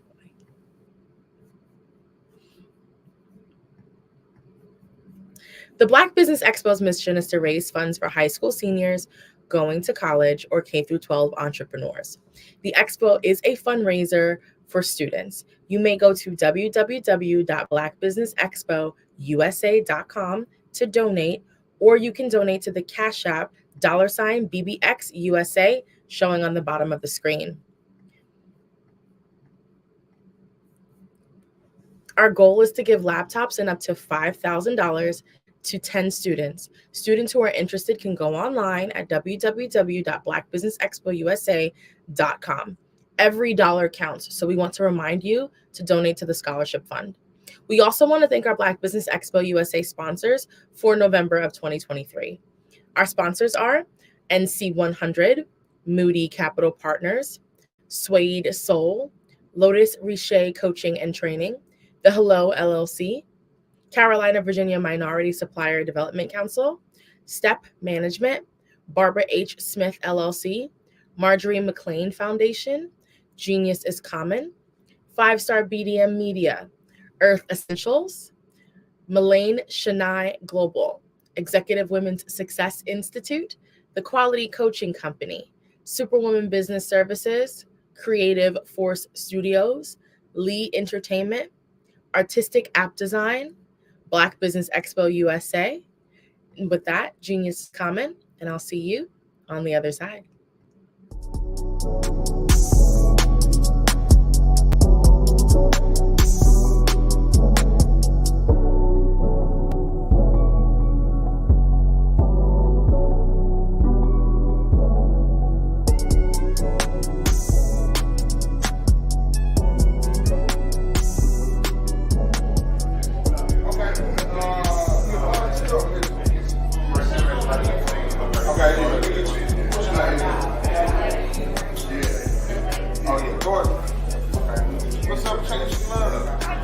I keep wanting to say that I know I'm not churchy, but I feel the need just to say that I hope you get all the resources that you need, because they need us. Our communities need us more than we can ever imagine, and I would hate for that to be a barrier for anybody in here not to be able to. On May 14, 2022, a combination of 40-plus leaders, community stakeholders, volunteers, mentors, and champions convened for a pilot of a unique and special conference. They call themselves the Cone Coalition of Like-Minded People. Like-minded towards liberation, fairness, and the idea that everyone in Rockingham County should thrive regardless of who they are or where they live. This 4-hour event was held on the campus of Rockingham Community College in Rockingham County, North Carolina, as a part of a design thinking project in partnership with Cone Health, MDC Rule 4. Several leaders convened from Rockingham County's nonprofit NC100. They came together to address some shared challenges and problems together while sending an authentic community voice, thanks in part to the grant funding from Kate B. Reynolds Charitable Trust, engaging in inspiration, imagination, and prototyping to bring this pilot to reality. The Piedmont Triangle Regional Council shared several job opportunities for the crowd to explore and share. Black-owned businesses were prioritized in hiring and supporting the collection of champions, to the food and snacks, to the folks trusting and documenting this event, to the child care provided by Headway Success Group. Forensics class. So today is all about healthy mind, healthy body. And so we have the forensics lab set up, and so we'll have our display of our volunteers, and what they'll do, they'll get a chance to label. And of course, we have to have old school operation because it's just fun. Local facilitators led the county members through an in-depth work session about the importance of mentor and active volunteering. What's called Excelling. It's a non-profit organization, and it helps. Rockingham Community Champions of Faith and Public Service grace our community members with shared learnings on this amazing Saturday in the Wentworth. Crystal Galloway served as a brilliant and engaging mistress in ceremony. Reesville Parks and Rec Superintendent Quentin Robinson delivered a starring keynote address. And Tangle Moore of the Reesville Area Foundation was honored, along with a side of honorees on our first Portia M. Paris Cone Coalition Champion Award winner, given in honor of her memory and legacy as a tireless advocate and torchbearer for the marginalized or underserved. Help us reach our goal to learn more about building and strengthening the relationships of those who support mentors, volunteers, and young people, especially in the ages of 12 to 22, building the community capacity to support those in need of training, resources, and storytelling, finding ways to create and maintain a healthier Rockingham County and beyond, Want to know more about the Cone Coalition? Contact NC100 via Facebook at NC100 or www.nc-100.org.